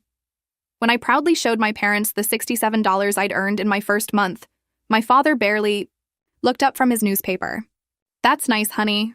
Don't forget to do your math homework," he said, while my mother was busy hemming Emily's costume for her upcoming dance recital. At 9 years old, Emily was already the golden child, delicate, artistic, and demanding of attention in a way that I never was. My parents never missed one of her performances, the auditorium seats permanently indented with the shape of their enthusiastic applause. Our family had its dynamics firmly established. Margaret, my mother, a high school English teacher obsessed with appearances and social standing. Robert, my father, an accountant who disappeared into spreadsheets rather than facing family conflict. Emily, my younger sister by 3 years, who had mastered the art of being the center of attention. And me, the practical, independent child who learned early that self-reliance was my only reliable option. The contrast in how we handled money was evident from our birthday gifts. I would carefully save the checks from relatives, depositing them into the savings account I'd begged my parents to help me open. Meanwhile, Emily would spend her birthday money before the wrapping paper hit the floor, usually on trendy clothes or concert tickets. My interest in finances deepened in high school when I met Mrs. Chen, my economics teacher who recognized something in me that my family never seemed to notice. "You have a mind for business, Olivia," she told me after I'd completed an extra credit project analyzing a public company's quarterly report. "Most adults don't understand profit margins the way you do." Under her mentorship, I joined the Junior Business Leaders Club and spent lunches learning about investment strategies while my classmates gossiped in the cafeteria. When I was 16, I won the State Junior Business Leaders Competition with a proposal for a subscription-based pet care service, an evolution of my dog walking business. The day of the award ceremony, I scanned the audience repeatedly, hoping to see my parents' faces, but the seats I'd reserved remained empty. My father had texted me that morning. "Emily's regional cheerleading competition is today. Good luck with your presentation." I accepted my trophy on stage with a smile that didn't reach my eyes, Mrs. Chen's encouraging nod from the sidelines the only recognition I received. That evening, I returned home to find the house empty. They were still celebrating Emily's team placing third at a post-competition dinner. I placed my trophy on my desk and started my homework, swallowing the disappointment that had become all too familiar. When they finally returned home, Emily bouncing with excitement in her glittery uniform, I mentioned my win. My mother was loading the dishwasher when I told her, and she barely paused in her task. "That's nice, dear. Did you see Emily's routine? Her coach says she could get a scholarship," she said, her face lighting up as she turned toward my sister. That night, I stared at my trophy in the darkness of my bedroom, while downstairs the living room display cabinet showcased Emily's growing collection of cheerleading medals and participation ribbons. This was the first minor hurt that planted the seed of a realization. In my family, my success would always be a footnote to Emily's story. Northwestern University became my sanctuary, a place where achievement was actually celebrated. I'd earned a partial scholarship and worked 20 hours a week at the campus bookstore to cover the remaining costs. While other students complained about early morning classes, I was up at 5 a.m. to review financial reports before my shift started. Double majoring in finance and computer science meant my social life was practically non-existent, but I was driven by something deeper than the desire for weekend parties. During my sophomore year, I began developing an investment algorithm as part of a computational finance project. What started as an academic exercise became an obsession as I recognized its potential. Using the $3,000 I'd saved from my campus job, I tested my algorithm in the real market. Within 6 months, that initial investment had grown to $15,000, a return that validated both my approach and my instincts. While my classmates received care packages and regular calls from home, my phone only rang when Emily needed help with a paper or when my parents remembered to check in, usually with questions about when I'd be visiting or if I could help Emily with her community college applications. The contrast between my academic environment, where professors valued my insights, and my family dynamics, where I remained peripheral, grew sharper with each passing semester. After graduation, I landed a position at Meridian Capital, a prestigious investment firm in Chicago. The starting salary was impressive for a new graduate, but what excited me most was the opportunity to learn from industry veterans. Meanwhile, Emily had dropped out of community college after 3 semesters, declaring it too restrictive for her creative spirit. My apartment in Chicago's River North neighborhood became my true home, a place where I could pursue my ambitions without apologizing for them. It was at a financial technology conference that I met Jason Kim, a tech entrepreneur who recognized something in my questions during his presentation. "You're thinking 3 steps ahead of everyone else in the room," he told me over coffee afterward. "Have you ever considered building something of your own?" That conversation sparked a partnership that would change my life.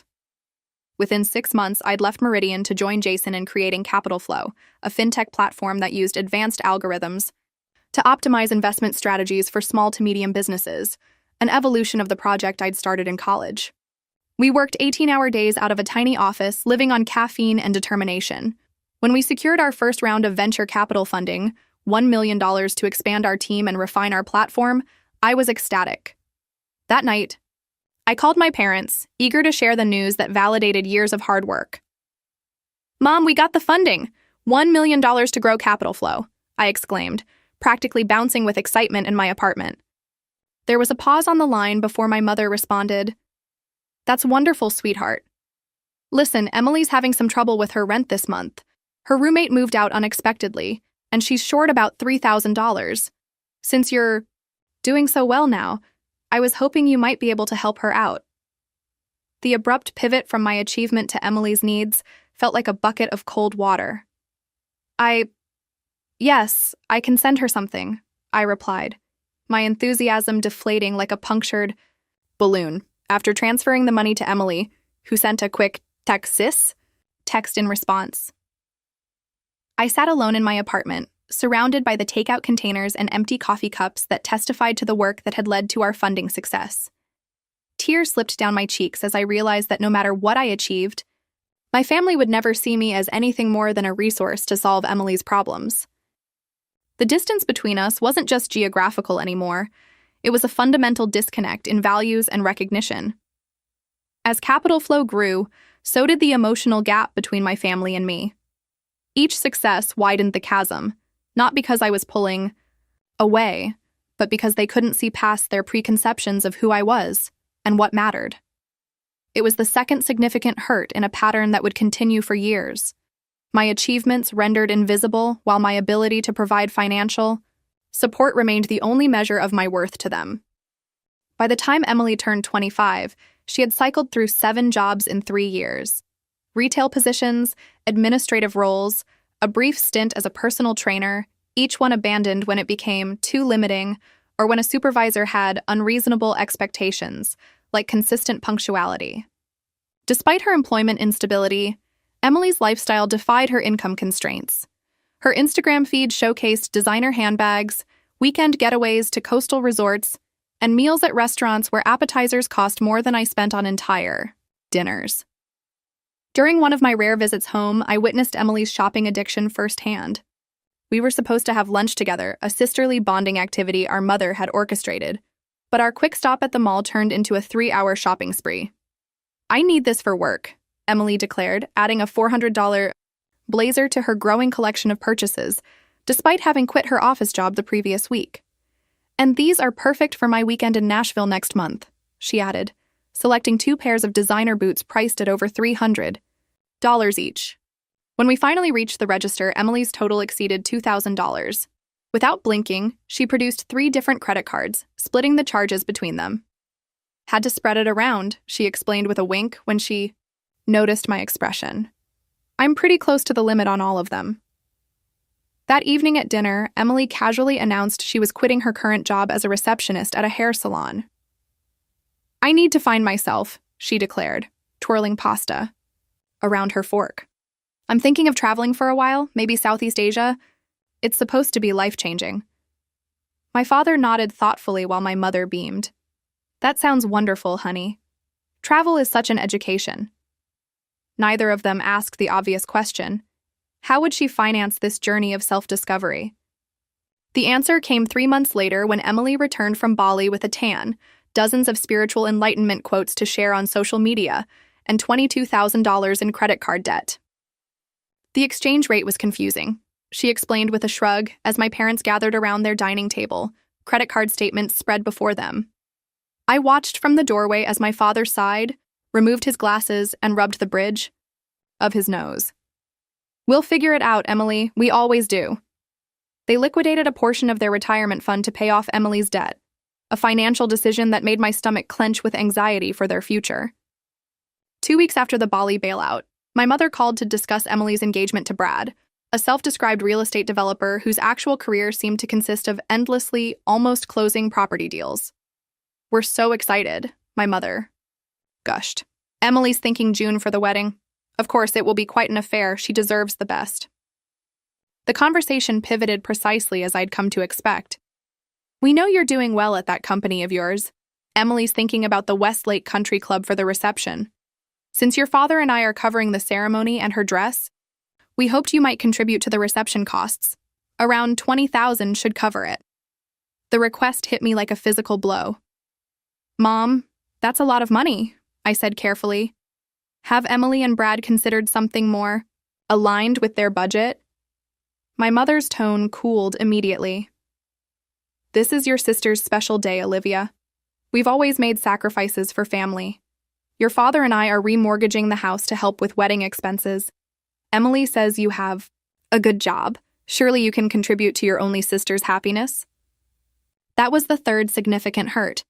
The expectation that I should drain my savings for an extravagant wedding while my parents endangered their retirement security. The wedding was every bit as lavish as Emily had planned, with a final price tag approaching $100,000. My parents smiled through the celebration, though I noticed the new lines around my father's eyes, and the way my mother's laugh had a brittle edge. I contributed the requested amount, telling myself it was an investment in family peace, though the return on that investment proved questionable at best. 3 months after returning from a honeymoon in the Maldives, partially funded by my wedding gift, Emily and Brad began house hunting in an upscale neighborhood where homes started at 7 figures. "We found the perfect place," Emily announced during a Sunday call. 5 bedrooms, pool, home theater, room to grow into. When I asked about the financing, her answer confirmed my fears. "Mom and Dad are helping with the down payment, but we were hoping you could chip in too. Just $50,000 or so. Brad's got a big development deal coming through next month, so we can pay you back then." I declined as gently as possible, suggesting they consider a starter home instead. Emily didn't speak to me for 2 months afterward, and my mother's calls became pointed discussions about family loyalty. The pattern was set in stone. Emily's financial irresponsibility yielded no consequences because someone, usually our parents, occasionally me, would always come to the rescue. Each bailout reinforced her behavior while depleting our parents' security and testing the limits of my patience. The most troubling aspect wasn't Emily's spending, but my parents' enabling response and their expectation that I would follow suit, regardless of the financial strain or fundamental unfairness of the situation. The email arrived on a Tuesday morning, its subject line deceptively mundane: "Capital flow acquisition. Final terms." I was in the middle of a team meeting when my phone buzzed, and I excused myself to take the call from our legal team. "It's done," our attorney said, her voice betraying more emotion than I'd heard from her in 3 years of working together. "The board approved the final terms. The deal closes next Friday." After 4 years of 16-hour days, missed holidays, and sacrificed weekends, Capital Flow was being acquired by Vertex Financial, a major financial services company that wanted our proprietary algorithm and client base. My share of the acquisition was $4.2 million, a number so large it didn't feel real as I stared at the documents later that evening. Jason popped a bottle of champagne in our office, the small team that had built something valuable enough to attract a company valued at billions celebrating our validation. "To making something from nothing," he toasted, and we clinked glasses as the reality began to sink in. That night, alone in my apartment, I allowed myself to feel the magnitude of what had happened. Financial security, real, lasting security, was now mine. No more anxiety about emergency funds or retirement planning. No more mental calculations about whether I could afford both the dental work I'd been postponing and the security deposit on a better apartment. But as the initial euphoria settled into a steady warmth of accomplishment, I made a deliberate decision. My lifestyle would change only modestly, and my newfound wealth would remain private. The reasons were practical at first. I'd seen how lottery winners and sudden inheritors often lost everything through poor planning and impulsive decisions. I wanted to be thoughtful about my next steps. But there was another reason, one I acknowledged only in the quietest moments of honesty with myself. I knew exactly what would happen if my family discovered the extent of my wealth. I purchased a beautiful but not ostentatious condo in Chicago's Gold Coast neighborhood, an upgrade from my rental, but nothing that screamed multimillionaire. I continued working as a consultant, partly for the intellectual challenge, and partly to have a simple answer to the question, what do you do? My investment strategy focused on diversification and long-term growth rather than flashy, high-risk ventures. A significant portion of my wealth went into establishing a foundation that provided STEM scholarships for young women from middle-class backgrounds. Girls like I had been, with ambition but limited resources. This particular investment gave me more satisfaction than any luxury purchase could have. The Christmas after the acquisition, I flew home with carefully selected gifts, thoughtful but not extravagant. Emily greeted me in the driveway, showing off her new Range Rover with animated excitement. "Isn't it gorgeous? Brad got it for me as an early Christmas present," she exclaimed, running her hand lovingly over the hood. I later learned from my father that the SUV was financed at a punishing interest rate, with payments that strained their monthly budget. The disparity between our approaches to money had never been more apparent. Inside, my mother fussed over Emily's new diamond earrings, while barely glancing at the cashmere sweater I'd brought her. "Emily has such exquisite taste," she said, admiring the sparkling stones. "It's so nice that she can be generous even when she doesn't have much. You could learn from her giving spirit, Olivia." I excused myself to the bathroom, where I pulled out my phone and checked my investment app, a habit that had become almost compulsive since the acquisition. The screen showed my current assets, $5.6 million and growing steadily. I stared at the number, then at my reflection in the mirror, and made a silent promise to myself. They'll never know, and that's better for everyone. The decision to hide my wealth wasn't about deception, but self-preservation. I'd seen how money changed relationships, how it transformed family members into supplicants and friends into opportunists. The fortune I'd built through work and calculated risks was the foundation of my independence, and I wasn't willing to sacrifice that independence on the altar of family expectations. This was the fourth significant hurt in my journey, the realization that I couldn't share one of my greatest achievements with the people who should have been most proud of me, because their response would inevitably transform my success into an obligation to solve their financial problems. Instead of celebrating my accomplishment, they would see only what I could provide.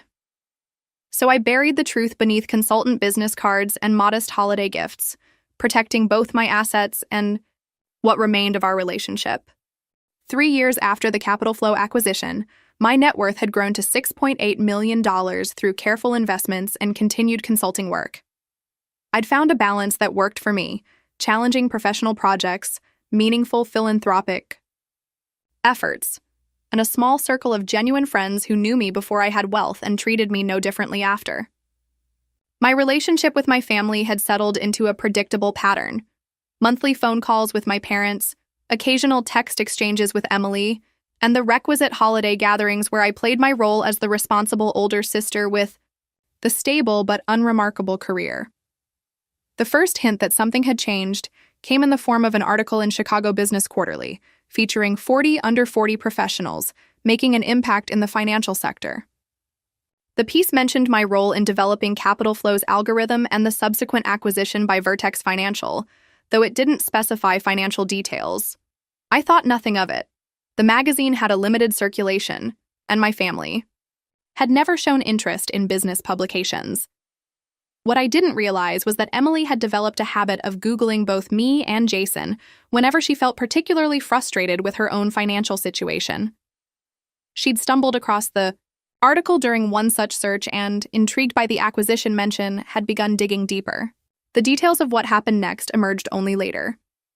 Emily visiting my condo during a trip to Chicago, ostensibly to catch up, asking to use my bathroom, and then rifling through papers in my home office while I took a work call. She found investment statements, foundation documents, and enough financial breadcrumbs to piece together the reality of my situation. Rather than confronting me directly, she took photos with her phone and returned to our parents with her discovery. Together, they planned the confrontation that would occur at our next family dinner. The invitation came from my mother, her voice carrying an unusual insistence. "It's been too long since we've all been together, Olivia. Your father and I really want to see you. Emily and Brad will be there too. They have some news to share." Something in her tone triggered a warning bell, but I dismissed it as paranoia. "Sure, Mom. I can drive down next Friday." When I arrived at my parents' house, the atmosphere felt charged with an unusual tension. My mother hugged me with an intensity that felt performative rather than affectionate. My father lingered in the handshake a moment too long. Emily greeted me with a smile that didn't reach her eyes, while Brad nodded awkwardly from behind her. The dinner itself was a masterclass in loaded conversation. My mother mentioned rising property taxes and the strain on their fixed income. Emily complained about their mortgage rate reset and casually mentioned they might need to consider bankruptcy if something didn't change. Brad talked about a development deal that had fallen through, costing them the deposit they'd put down. Each comment was delivered with sideways glances in my direction, as if testing my reaction. I responded with appropriate sympathy, but kept my own financial situation deliberately vague. "It's tough out there," I acknowledged. "The consulting business has its ups and downs too." As my mother served dessert, my favorite apple pie, which should have been another warning sign, Emily set down her fork with deliberate precision. The same deliberate precision she'd used at countless family gatherings when preparing to make an announcement or start an argument.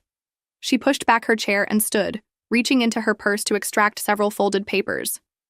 "Before we finish, dinner," she said, her voice carrying an edge I recognized from childhood confrontations. "I think we need to address the elephant in the room." She unfolded the papers, printouts of my investment statements with certain numbers highlighted in neon yellow, and placed them on the table. "Our sister the millionaire, all this time watching us struggle while sitting on a fortune." The words landed like physical blows, each one punctuated by the expressions transforming around the table. My father's eyes widening with surprise, then narrowing with calculation. My mother's momentary shock dissolving into something closer to vindication. Brad straightening in his chair, suddenly attentive after an evening of distraction. "Is this true?" my father asked, reaching for the papers with the practiced movement of an accountant accustomed to reviewing financial documents. 6.8 million? The number hung in the air, simultaneously an accusation and an opportunity. I felt my face flush with anger and embarrassment, not at the wealth itself, but at the invasion of privacy it represented. "Where did you get these?" I asked Emily, my voice tight with controlled emotion. "That's your response?" she shot back. Not, "I'm sorry for lying to everyone," or "let me explain why I've been watching Mom and Dad struggle while sitting on millions." The betrayal cut deep. Not just the invasion of my private papers, but the immediate assumption that my wealth made me responsible for their financial woes, that my success was somehow a crime against the family rather than an achievement to be celebrated. In that moment, looking at the faces around the table, all trained on me with expressions ranging from hurt to entitlement, I realized that the careful boundaries I'd constructed between my financial life and my family relationships had been permanently breached. Whatever came next would irrevocably change those relationships, for better or worse. The revelation of my wealth acted like a starter pistol, initiating a race for who could stake their claim first. My mother's pivot was so immediate, so practiced, it suggested she'd been rehearsing her response. "Well, this changes everything," she declared, reaching across the table to pat Emily's hand supportively. "Emily's underwater on her mortgage by about $200,000. You'll pay it off, right?" There was no question in her tone, only the expectation of compliance. My father, typically the quiet one in family confrontations, cleared his throat meaningfully. "Your mother and I have been worried about retirement," he said, studying one of the financial statements Emily had provided. "Our financial advisor says we need at least another $400,000 to maintain our lifestyle with inflation. And of course, there's the second mortgage we took out for Emily's wedding." Emily, emboldened by our parents' directness, produced an actual list from her purse, neatly typed and organized by priority. "We've worked out what we need," she announced, sliding the paper toward me. "The mortgage payoff, obviously. Then about $70,000 for Brad's new business idea. He's got a concept for luxury pet hotels that's guaranteed to take off. We need a reliable car since the Range Rover's having transmission issues. Oh, and we're thinking about private school for when we have kids, so a college fund would be great to start now." The family ambush continued to escalate as my uncle called my father's phone. Apparently, Emily had texted several relatives while I was processing the initial shock. "It's Uncle Dave," my father said, answering the call and putting it on speaker. "He's wondering if you might help with Cousin Jessica's medical bills. The insurance didn't cover her last procedure." My phone began buzzing with text notifications from extended family members I hadn't spoken to in years, each one containing congratulations thinly veiling financial requests. The dinner table had transformed into an auction block where various family needs were being bid against my newly discovered resources. Not once during this flurry of demands did anyone ask how I'd built this wealth or acknowledge the work it had taken. There were no questions about the years of 18-hour days, the missed holidays, or the health issues I'd developed from stress during Capital Flow's most challenging periods. No one expressed pride in what I'd accomplished or curiosity about the business I'd helped build. I was not Olivia the entrepreneur or Olivia the successful businesswoman. I was merely Olivia the solution to their financial problems. The fifth and most painful hurt crystallized in that moment. The realization that my value to my family was entirely transactional. My mother, sensing my hesitation, deployed the ultimate weapon in her arsenal: guilt. "Family helps family, Olivia," she said softly, her expression a practiced blend of disappointment and expectation. "I changed your diapers. I drove you to all those business club meetings in high school. Your father and I gave you life and raised you. Doesn't that count for something?" Emily, never one to be outdone in emotional manipulation, jumped in with her own attack. "You owe us for all those years you acted like you couldn't help more. All those times you said you were just getting by as a consultant while we struggled. Do you know how many nights I've stayed awake worrying about money? How many fights Brad and I have had over bills? You could have prevented that." Her voice rose with each accusation, face flushed with self-righteous anger. Then came the final blow, the statement that severed something essential inside me. "It's not like you earned it anyway," Emily said dismissively. "You just got lucky with that company buyout. Anyone could have been in the right place at the right time." The room fell silent as her words hung in the air. The sheer injustice of that statement, the erasure of the education I'd pursued, the risks I'd taken, the work I'd done, left me momentarily speechless. I felt a strange calm descend, the kind that comes when a difficult decision suddenly becomes very clear. Without a word, I stood from the table, collected my purse, and picked up the financial documents that had been scattered like evidence at a trial. "I need some time to think about all this," I said, my voice steadier than I'd expected. "I'll be in touch." I walked out despite their protests and calls to come back and discuss things reasonably. In my car, the tears finally came, hot streams of hurt and betrayal rolling down my cheeks as I drove away from the house where I'd grown up but never truly belonged. The family I'd supported despite their dismissal of my achievements had revealed their true perception of me, not as a daughter or sister worthy of celebration, but as a financial resource to be tapped whenever their choices created problems. I felt utterly alone in that moment, wealthy beyond what I'd ever imagined possible as a child, yet emotionally bankrupt in the currency that should have mattered most. The drive back to my condo passed in a blur of tears and scattered thoughts. Once home, I mechanically went through the motions of removing my coat and shoes before collapsing onto my sofa, emotionally drained. My phone had been buzzing continuously. Since I'd left my parents' house, texts, voicemails, and emails piling up like digital accusations. I finally turned it off completely, unable to face another demand disguised as family concern. The silence that followed was both a relief and a painful reminder of my isolation. I curled into myself, allowing the tears to flow freely now that no one was watching. The betrayal felt physical, a hollowing sensation in my chest, as if something vital had been carved away. Around midnight, I reached for my laptop with trembling hands and responded to the one message I could face. A concerned text from my closest friend, Sophia. "Family emergency," I wrote. "Can you come over tomorrow? I need someone to talk to." Her response was immediate, despite the late hour. "On my way now. Bringing wine and moral support." 20 minutes later, my doorbell rang. Sophia took one, looked at my tear-stained face, and pulled me into a fierce hug before ushering me back to the sofa and pouring generous glasses of the Cabernet she'd brought. "Tell me everything," she said, settling beside me. The story poured out of me: Emily's betrayal, my parents' immediate pivot to financial demands, the extended family suddenly emerging from the woodwork with their hands outstretched.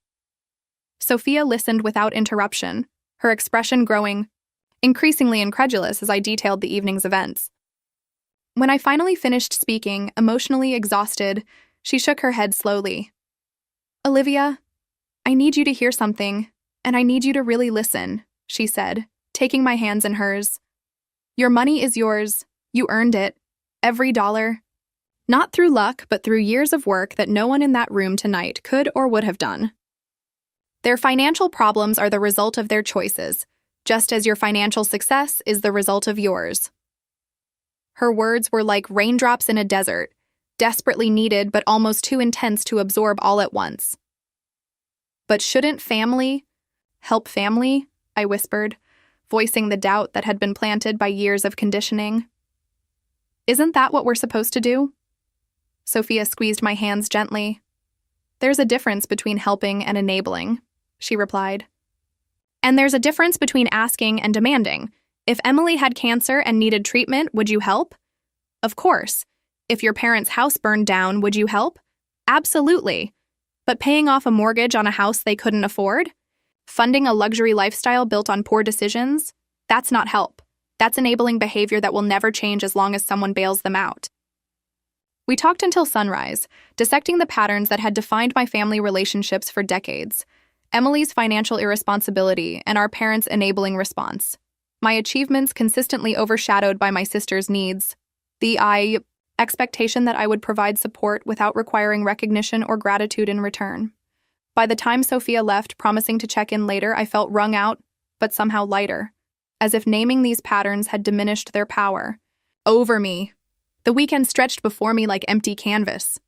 I canceled my work commitments, silenced my phone except for calls from Sophia, and gave myself permission to process what had happened without interruption.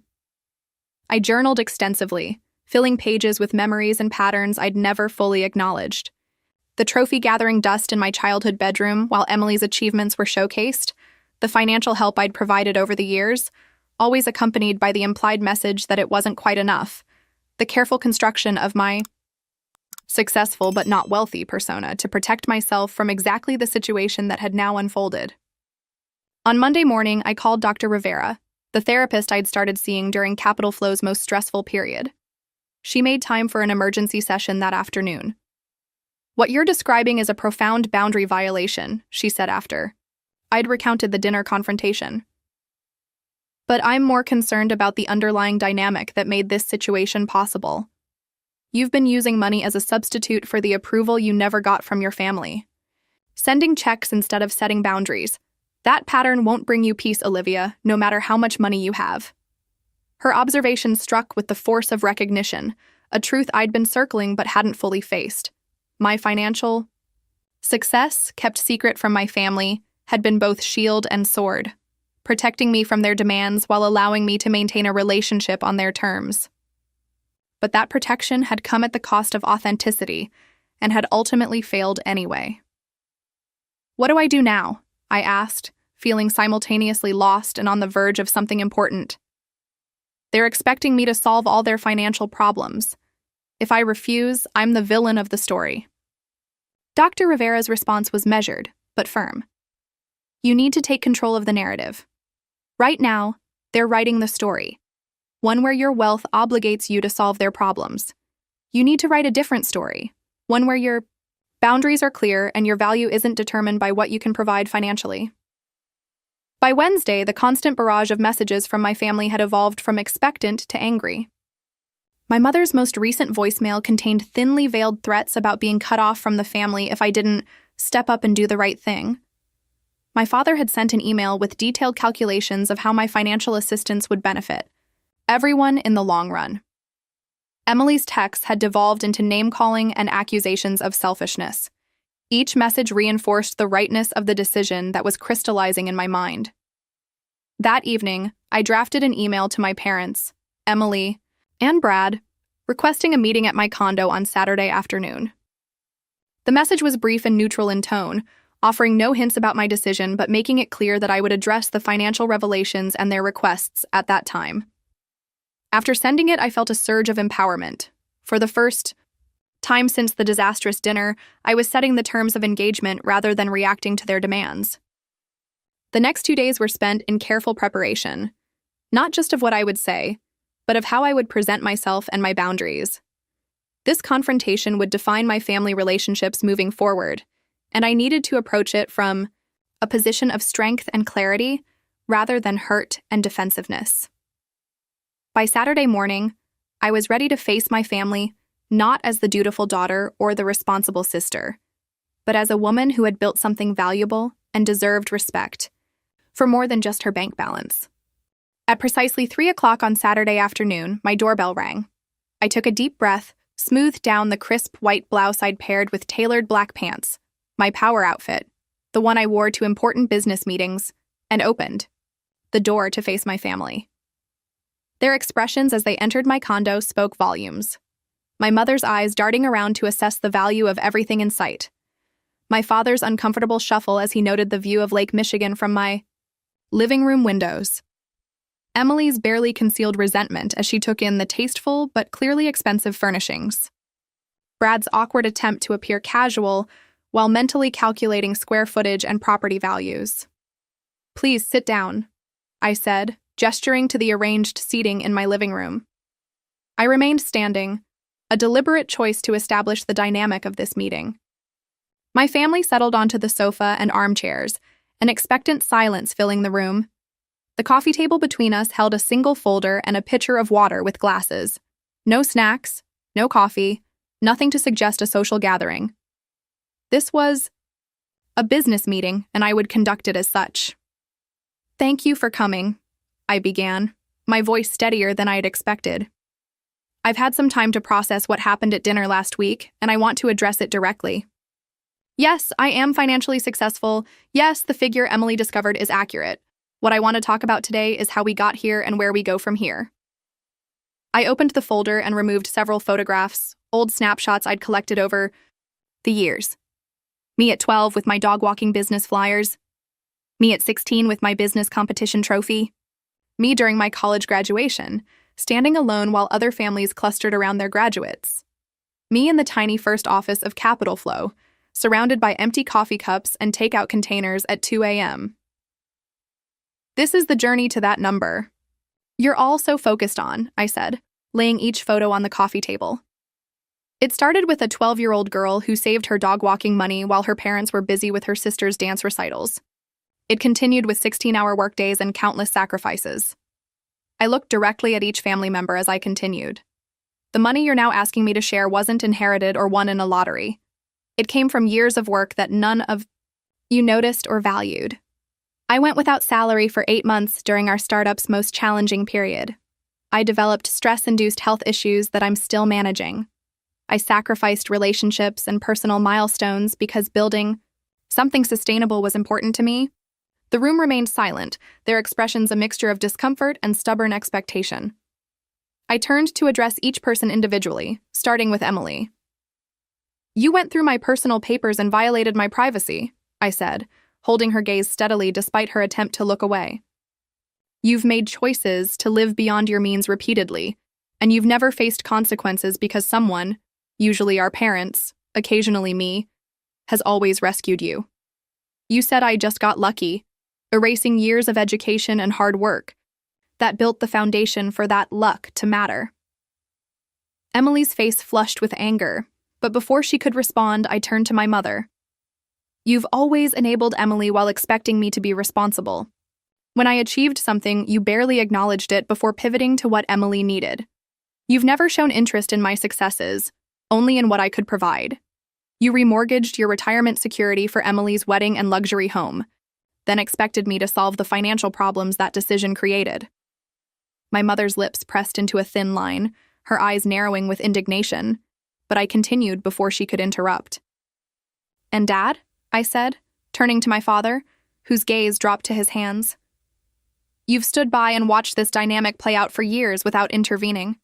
You've allowed financial decisions that endangered your future because confrontation was uncomfortable. You taught me about accounting, but never about standing up for myself." I stepped back, physically and emotionally creating space between myself and their reactions. "I am not your bank," I stated clearly. "I will not pay off debts that resulted from poor choices. I will not fund lifestyles that aren't sustainable. The mortgage underwater because you bought more house than you could afford? The luxury pet hotel business with no business plan? The credit card debt from impulsive purchases? These are consequences of choices, not emergencies deserving of bailouts." The explosion I'd expected came right on cue. Emily jumped to her feet, face contorted with rage. "How dare you judge our choices? You've been lying to us for years. You could have helped but chose not to while watching us struggle." My mother joined in, her voice sharp with righteous indignation. "After everything we've done for you, this is how you repay family? With judgment and lectures? Where is your compassion?" My father remained silent, but his expression had hardened into something between disappointment and calculation. Brad shifted uncomfortably, clearly wishing to be anywhere else. I waited for the initial outburst to subside, maintaining my composure despite the emotional onslaught. When the room quieted slightly, I continued. "I'm willing to have a relationship with anyone here who can respect my boundaries. I'm willing to discuss helping with true emergencies or meaningful opportunities like education. But I am not an ATM for impulse purchases, bailouts, and luxury lifestyles." I removed a second set of documents from my folder. "I've established a family educational trust that will pay for legitimate educational expenses for any family member, including future children. I've also created an emergency medical fund that can be accessed for genuine health crises. These are the ways I'm willing to share my financial resources, to create opportunity and security, not to enable destructive patterns." Emily snatched her purse from the sofa, her movements jerky with anger. "Keep your charity. We don't need your conditions and judgment," she spat, storming toward the door with Brad trailing awkwardly behind her. "Don't call me when you change your mind about what family means." My mother stood more slowly, her expression a masterpiece of martyred disappointment. "I never thought my own daughter would turn her back on family this way," she said, her voice trembling with what might have been genuine emotion or practiced manipulation. After years of such performances, it was hard to tell the difference. My father hesitated, looking between my mother and me as if trying to calculate the cost of each potential decision. Ultimately, he followed my mother to the door with a last glance back that contained something I couldn't quite interpret. Perhaps regret, perhaps respect, or simply resignation. As the door closed behind them, I remained standing in my living room, surrounded by the photographs that documented my journey. The confrontation had gone largely as I'd expected, yet the finality of it struck me with unexpected force. I had drawn a line that my family couldn't or wouldn't respect, and in doing so, I'd likely altered those relationships permanently. The grief of that reality mingled with an unfamiliar sensation of liberation. I had finally spoken my truth, without apology or compromise. For the first time in my life, I'd valued my boundaries more than their approval, and despite the pain of their rejection, I knew I'd made the right choice. The weeks following the confrontation brought a silence so complete it seemed to have physical weight.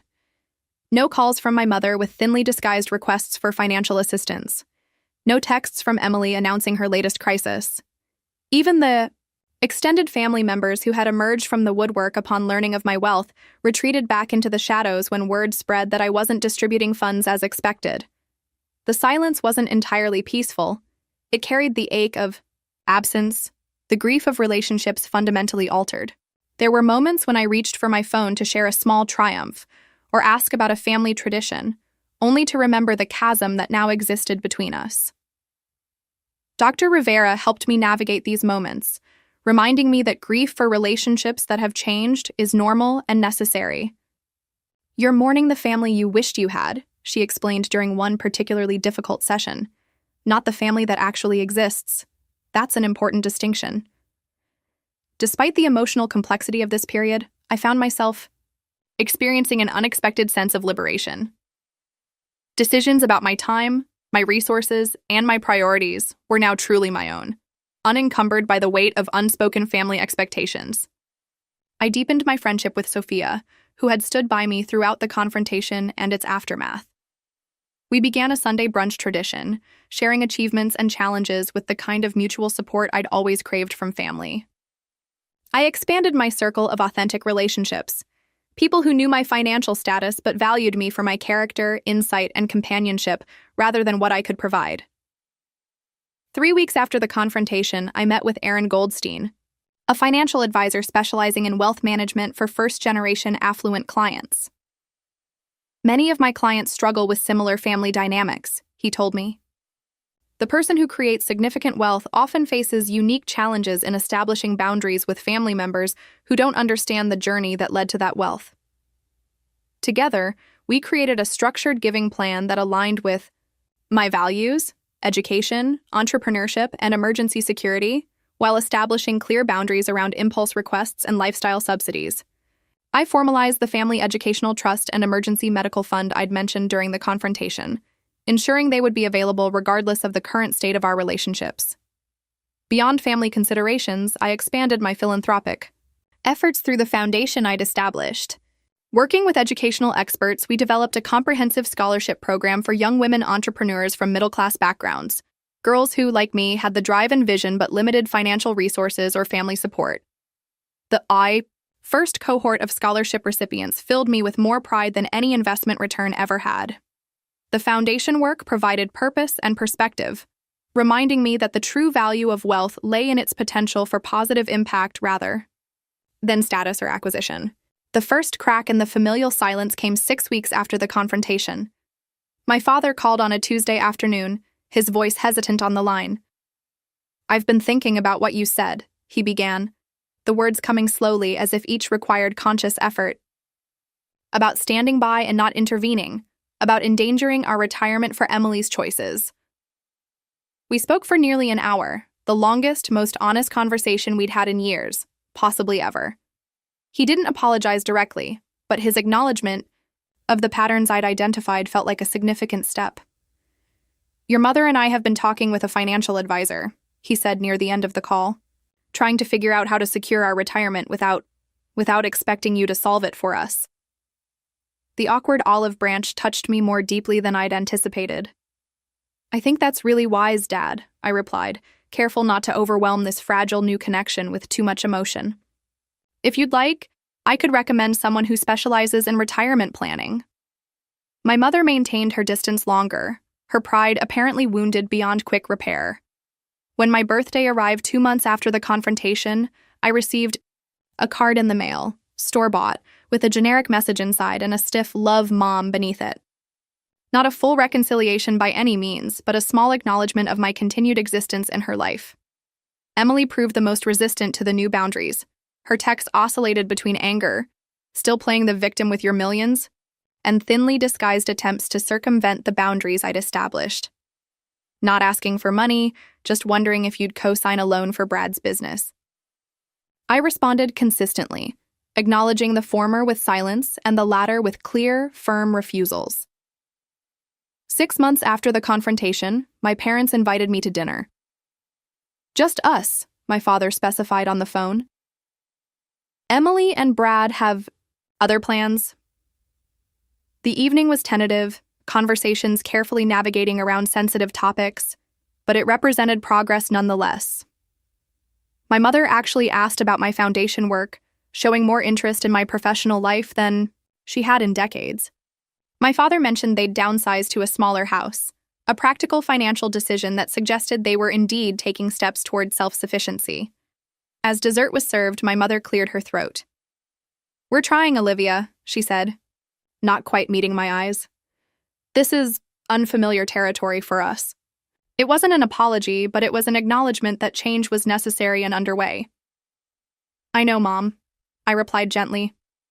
"It's unfamiliar for me too, but I think it's worth the effort."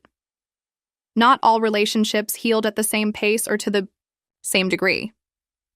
Emily maintained her distance, occasionally sending messages that suggested she was still waiting for me to come to my senses about financial support. Some extended family members disappeared entirely once it became clear that my boundaries were firm. Others gradually established new, healthier connections based on genuine interest rather than financial expectation. A year after the confrontation, that had changed everything. I sat in a coffee shop across from Amara Johnson, the first recipient of my foundation's entrepreneurship scholarship. At 17, she reminded me powerfully of myself at that age, determined, insightful, and hungry for opportunity. She'd used the scholarship to develop a mobile app connecting elderly community members with student helpers for everyday tasks, creating both employment for her peers and support for seniors. "I never thought someone would believe in my idea. Enough to fund it," she told me, her eyes bright with pride as she showed me the latest usage statistics. "My family tries to be supportive, but they don't really get what I'm trying to build." The familiar words sparked recognition rather than pain. "Keep building anyway," I advised her. "The right people will see your vision, even if they're not the people you originally hoped would see it." As I watched her leave the coffee shop, laptop tucked under her arm and mind clearly racing with new ideas, I felt a profound sense of peace settle over me. The journey from that devastating family dinner to this moment had been painful but necessary. I had learned that financial wealth magnifies who people already are, making the generous more generous, the entitled more entitled, the insecure more insecure. I had discovered that true wealth includes self-respect and healthy boundaries, not just numbers and investment accounts. Most importantly, I had found that family isn't just defined by blood, but by mutual respect, support, and understanding. Some blood relationships may never fully heal, but they can transform into something different, perhaps less intimate but more honest.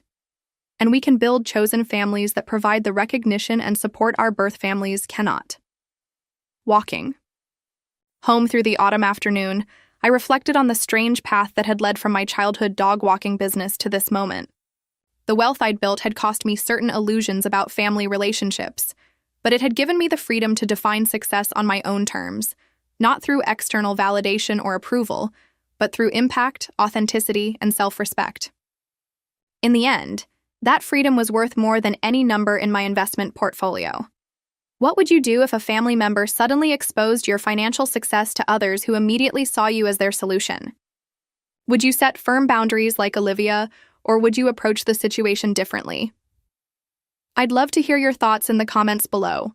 And if this story resonated with you, please consider liking, subscribing, and sharing it with someone who might need to hear that setting financial boundaries with family is both necessary and courageous.